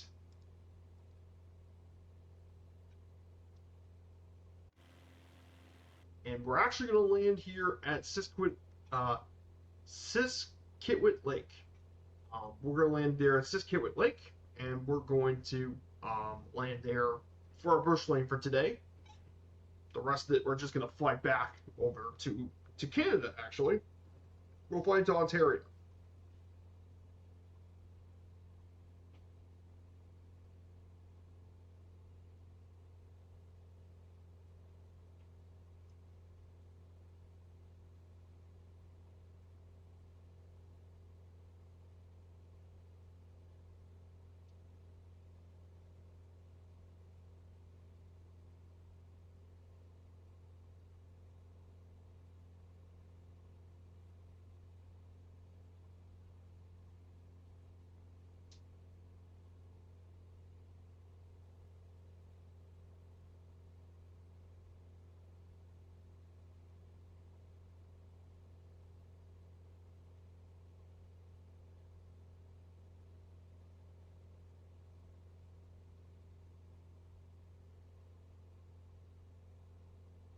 So here we go. We're about to make our bush lane soon, so we're going to go ahead and turn off autopilot.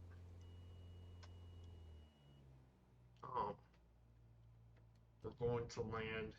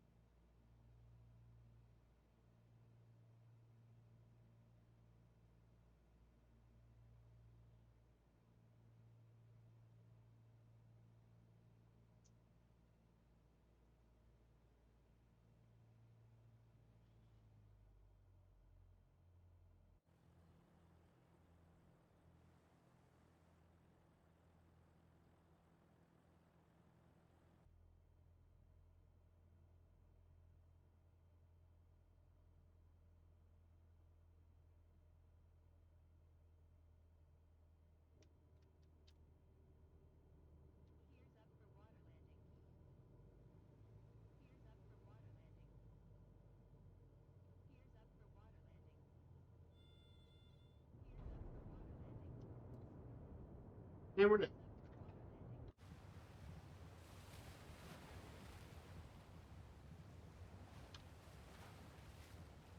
Here we go. And that is our second landing here, water landing here. Oh, look at that. I got an achievement. Complete 3 seaplane landings without incident. I got a Steam achievement. We're just doing this.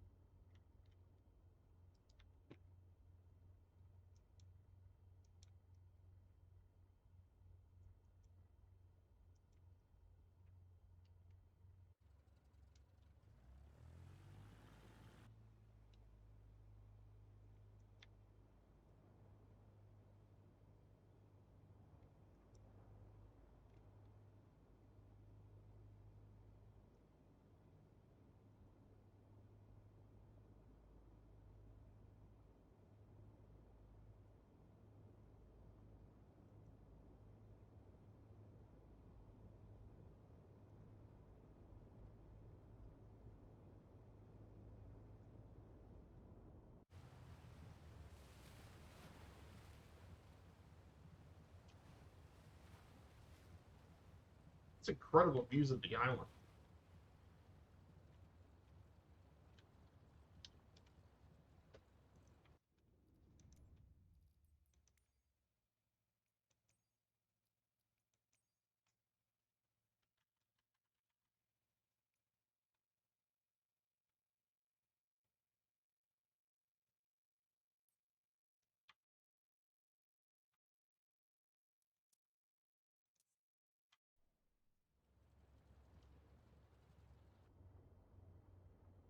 So,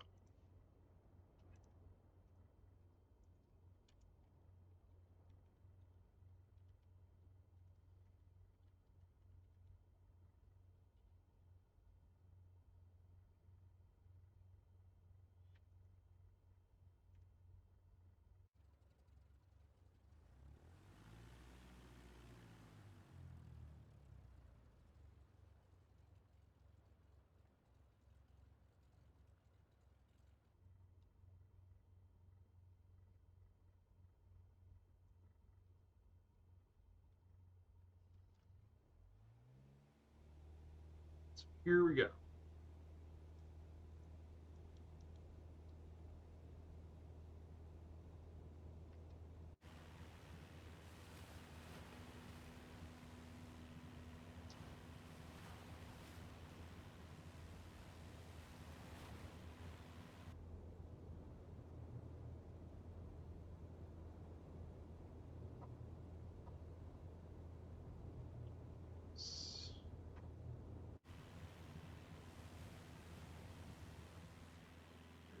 We're off.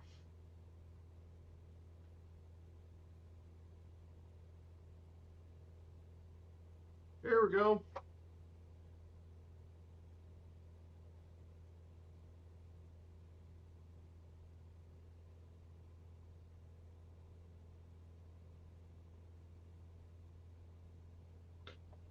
And there we go.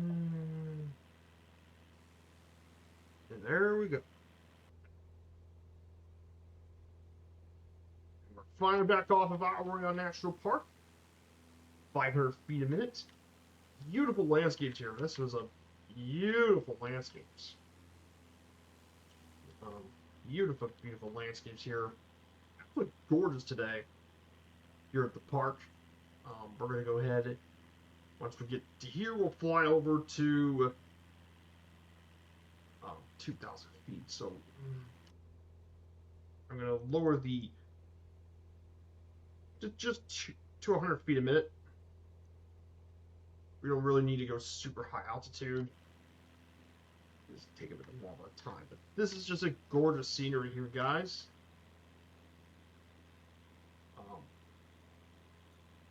I'm curious to see what the weather would be look like in other times of the year. So let's do fall. Huh. So this is what it looks like in October. See all the reds and stuff. So we're just going to go here. We can take a look out the window, of course.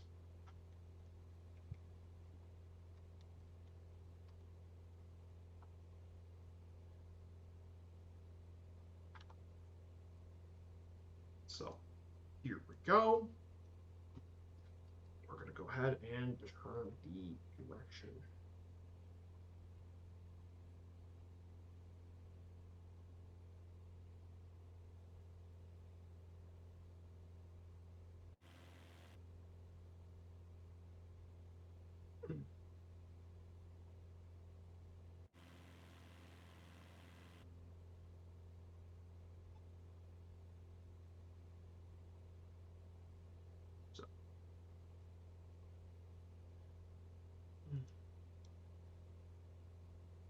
So we're going to continue on this way to Rock Harbor.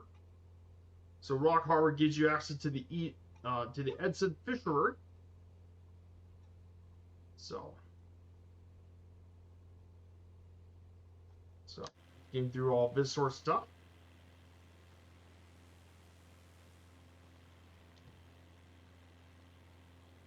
So I hope you're enjoying this flight. Let's see some of the other stuff going on in the community, of course.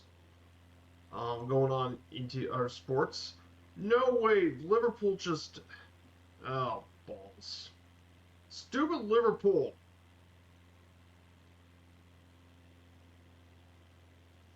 They got 2 goals so far in the second half.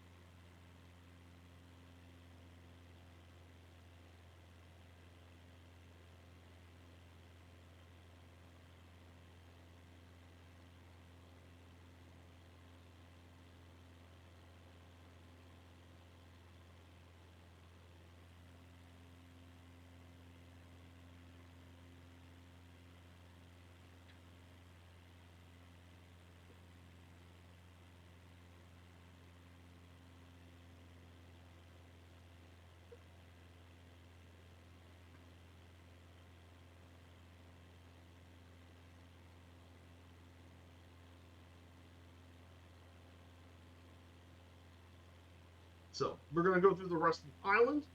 So we're about to reach Rock Harbor and all that pretty soon.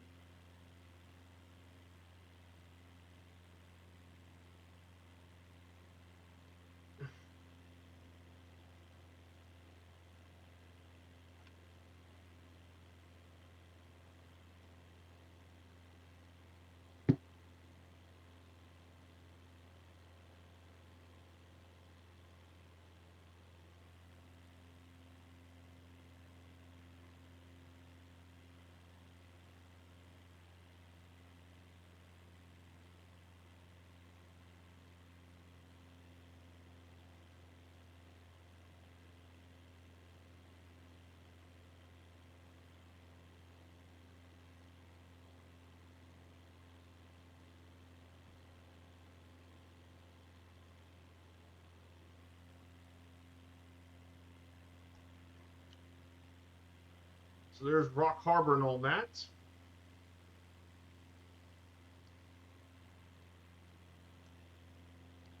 So there it goes.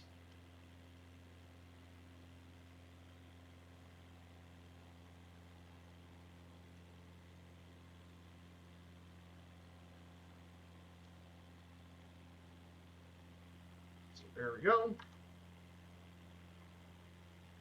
Let's see. 1, 2, 3, 4, 5, 6, 7, 8 pictures. Here at the park. Once we get past through this area and we went to We'll take a look at Stoll and Duncan Bay, of course. We'll fly over this area, and we'll turn.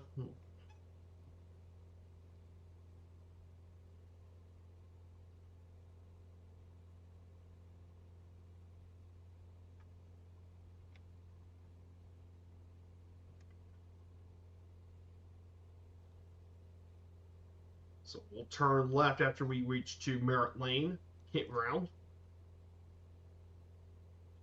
We'll turn left and head our way back to Thunder Bay in Ontario. So we'll reach into this area pretty soon, of course. A beautiful island, though. Absolutely gorgeous little place.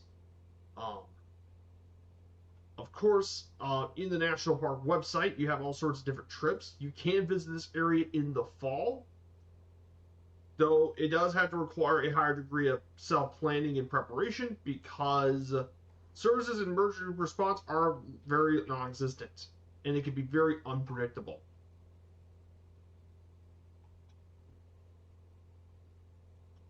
So you do need to be careful when you visit this area during the fall.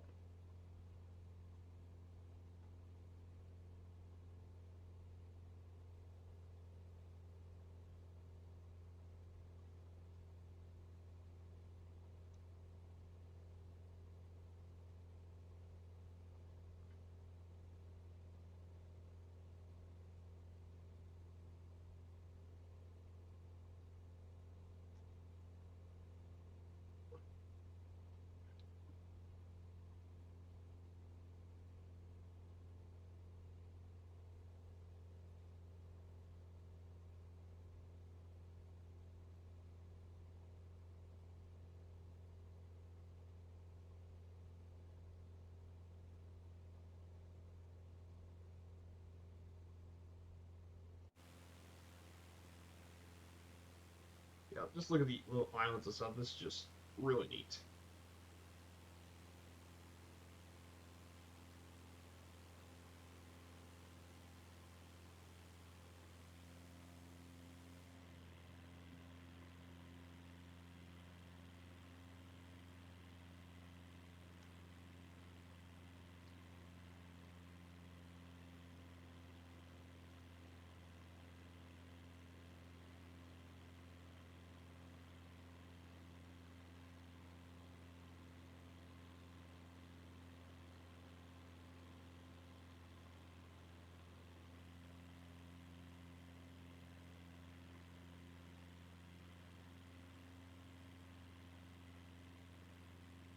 Beautiful stuff here. So we're going to go ahead and get ready to turn left, and we head to Ontario. We're going to fly over to our left, so we're going to go ahead and turn 292.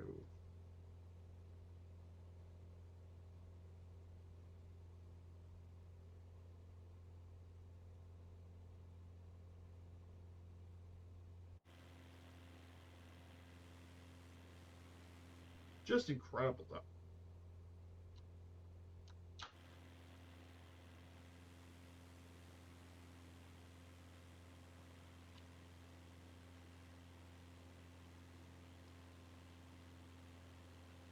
So, yeah, Isle Royale National Park is done. We're going to head over to now back to Ontario to Thunder Bay.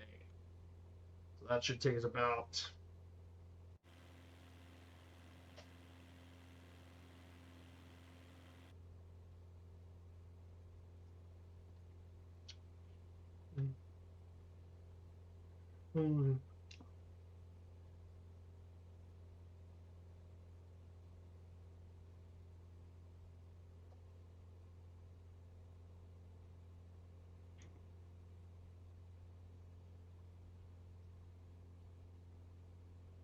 So we're going to head back to Ontario, of course.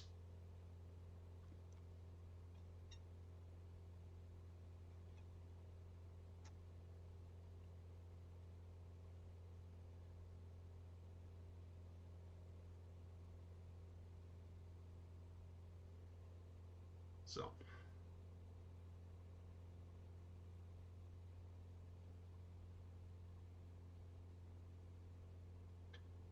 here we go. So we're going to head to Thunder Bay in Ontario. So Thunder Bay, Ontario, by the way, This city right here in Northwest Ontario is the city seat of its district.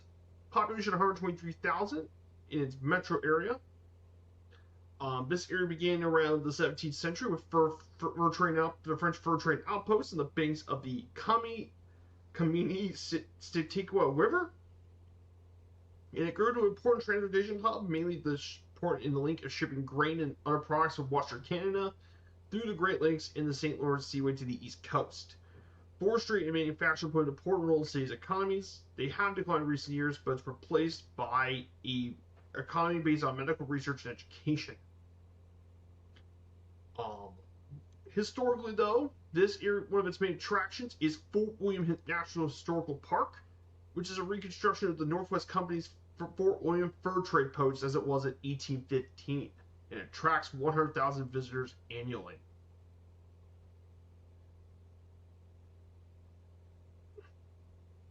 And of course, the marina downtown, an area known as the Waterfront District, draws visitors thanks to its panoramic view of the Sleeping Giant and other watercraft, which is basically a series of mesas right around the Sibley Peninsula, which we can actually see here when we get into Thunder Bay. We might be able to see the Sleeping Giant. We might take pictures of it when we arrive, of course. So here, I think there is Sleeping Giant to our right. There it is. Sleeping Giant is to our right.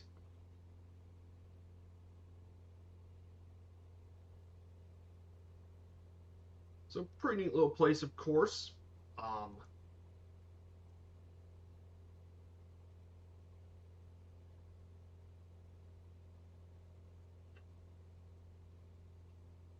There's plenty of other really cool visitor attractions as well.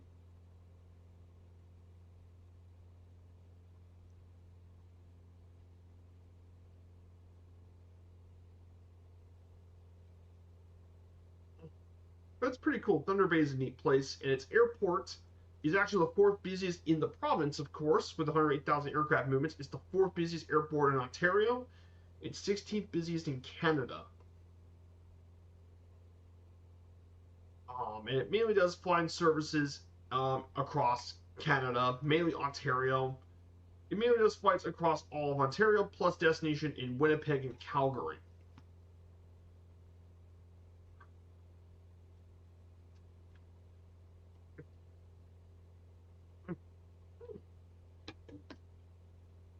So, pretty neat stuff. That's a bit about Thunder Bay, Ontario.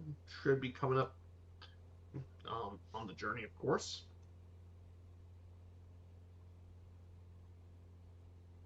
So, that concludes today's bid notes, not Thunder Bay. So, pretty neat little airport we're going to be flying to. We're just 27 nautical miles out from our final stop in Thunder Bay. I hope you guys enjoyed this flight. I've had a great time visiting this national park. A very unique national park. Our next one will be, of course, we're going to be heading over to Mammoth Cave, which is actually the closest one to where I live. It's not far from Bowling Green, Kentucky, of course.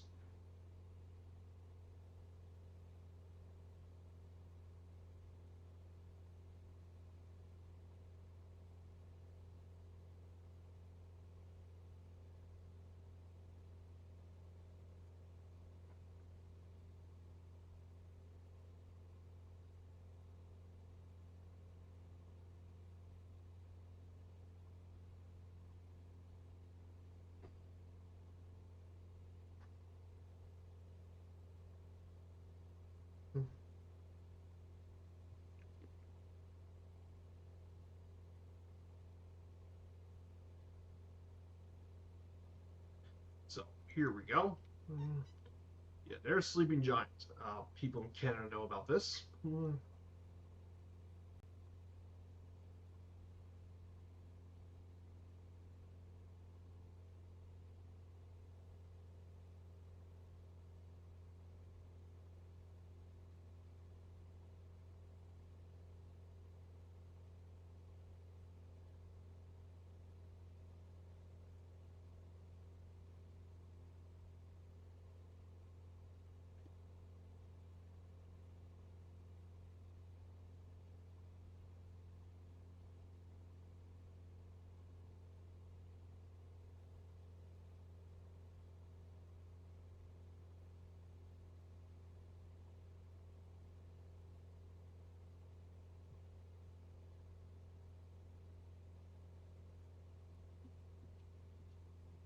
So beautiful stuff here, of course.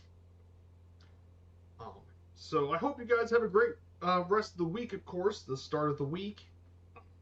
Hope the rest of the week goes well. We'll see you back. I think so far the 3 days a week and the weekends is actually probably a good idea. Gives me plenty of flexibility to do the content. So we'll be doing that sort of stuff. We're gonna go ahead. I'm gonna go ahead and turn 2 degrees. So yeah, this is Sleeping Giant.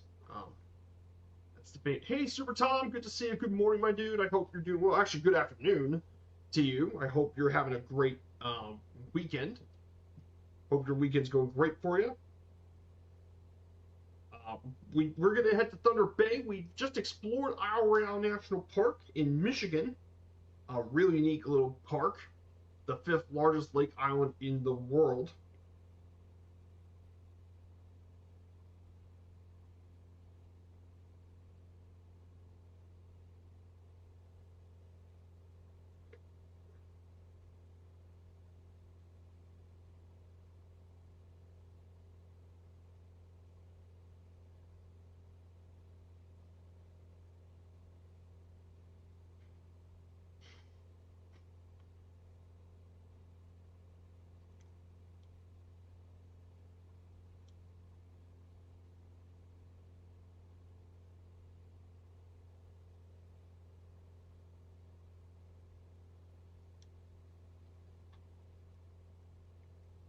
Yeah.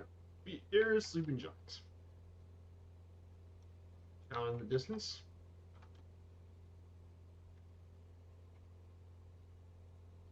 So we'll be seeing that very soon, of course. So Thunder Bay, pretty neat little area. We'll be making a landing at runway 30, I believe.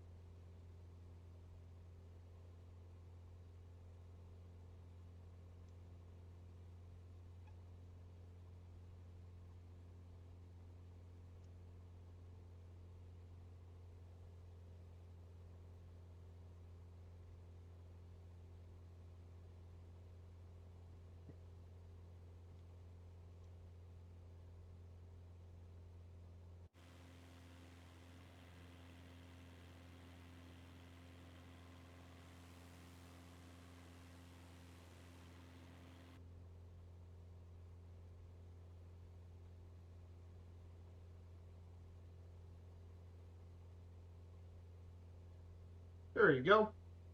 It's a pretty neat little screenshot. There's the Sleeping Giants. So that'll be the last pick for today.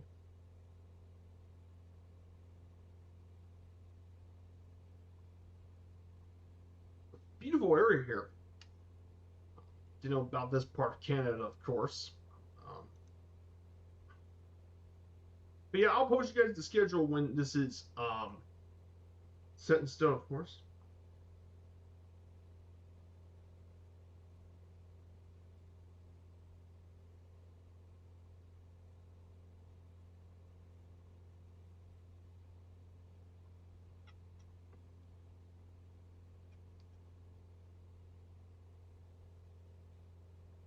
Oh look, Major Yard scores.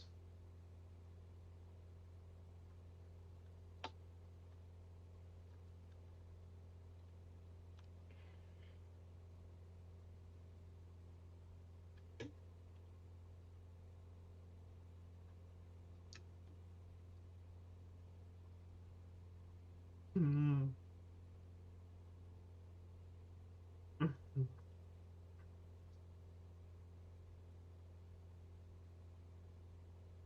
Mm.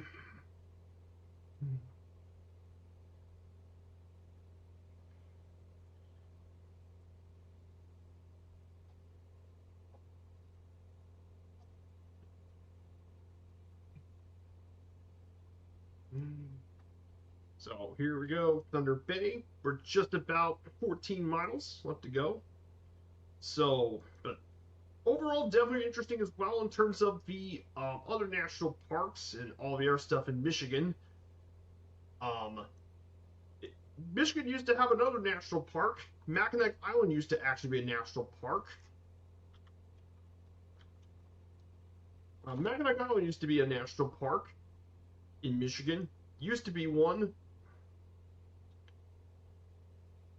Used to be a national park for the United States, of course, but nowadays it is no longer a national park.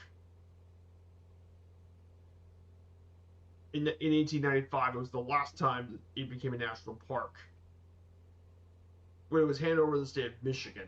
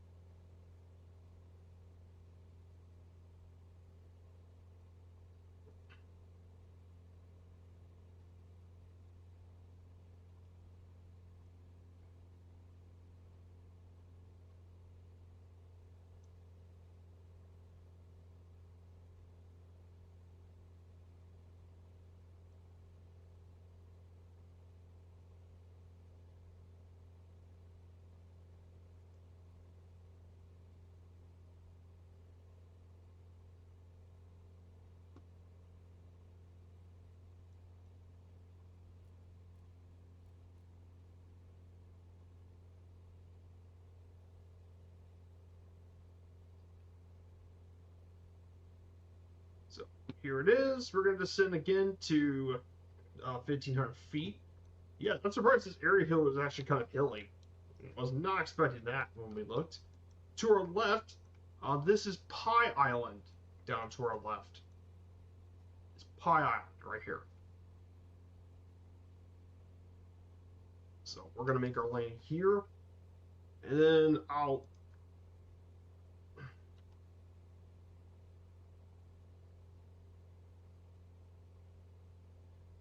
see who we're going to raid.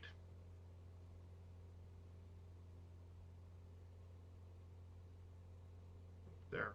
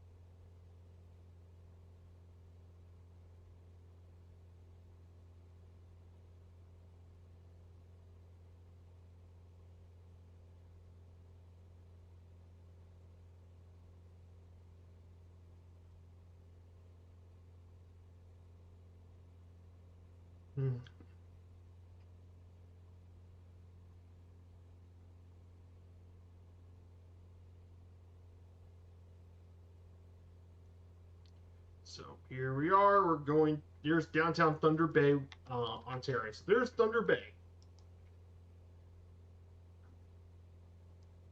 So airport landing is going to come up very soon. So we'll be landing here.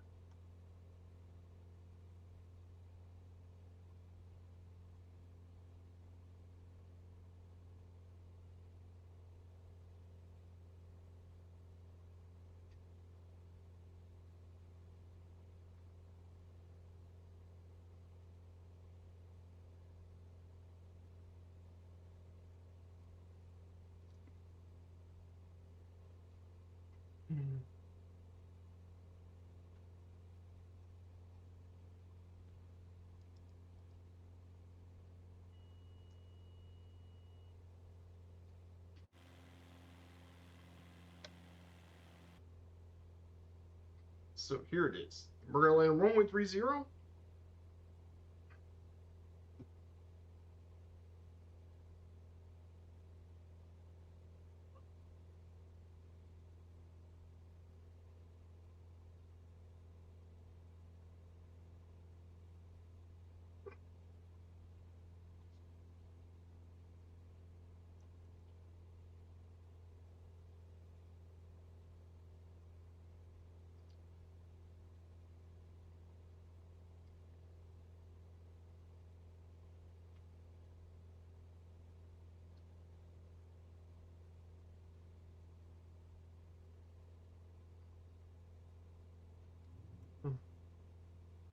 Mm-hmm.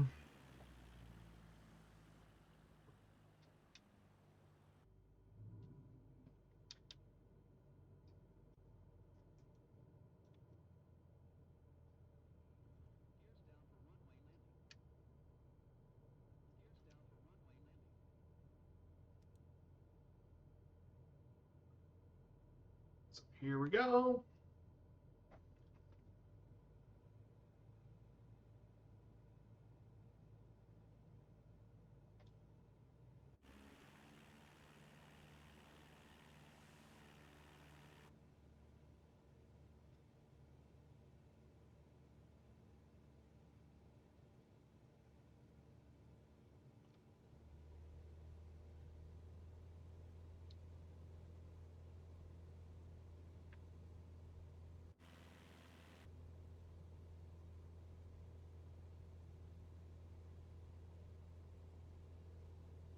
Here we go. Thunder Bay Airport is going to be landing.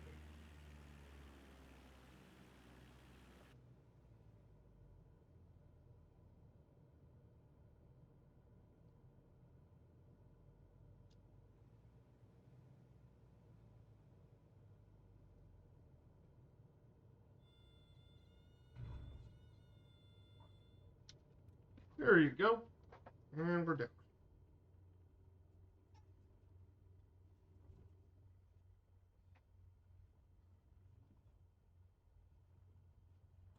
That's it. We'll park right here, and we'll turn the plane off. So that's it, everyone. Welcome to Thunder Bay, Ontario. So, guys, thank you all so much for joining me on this Sunday morning flight. And we'll be seeing you guys again this week. So we're going to go say hello to Boozy Sheep. We're going to say hello to him. So take care, everyone, and have a great rest of your weekend. And have a great week, everyone. See you guys on next Friday, all right? Take care and have a great day. Goodbye.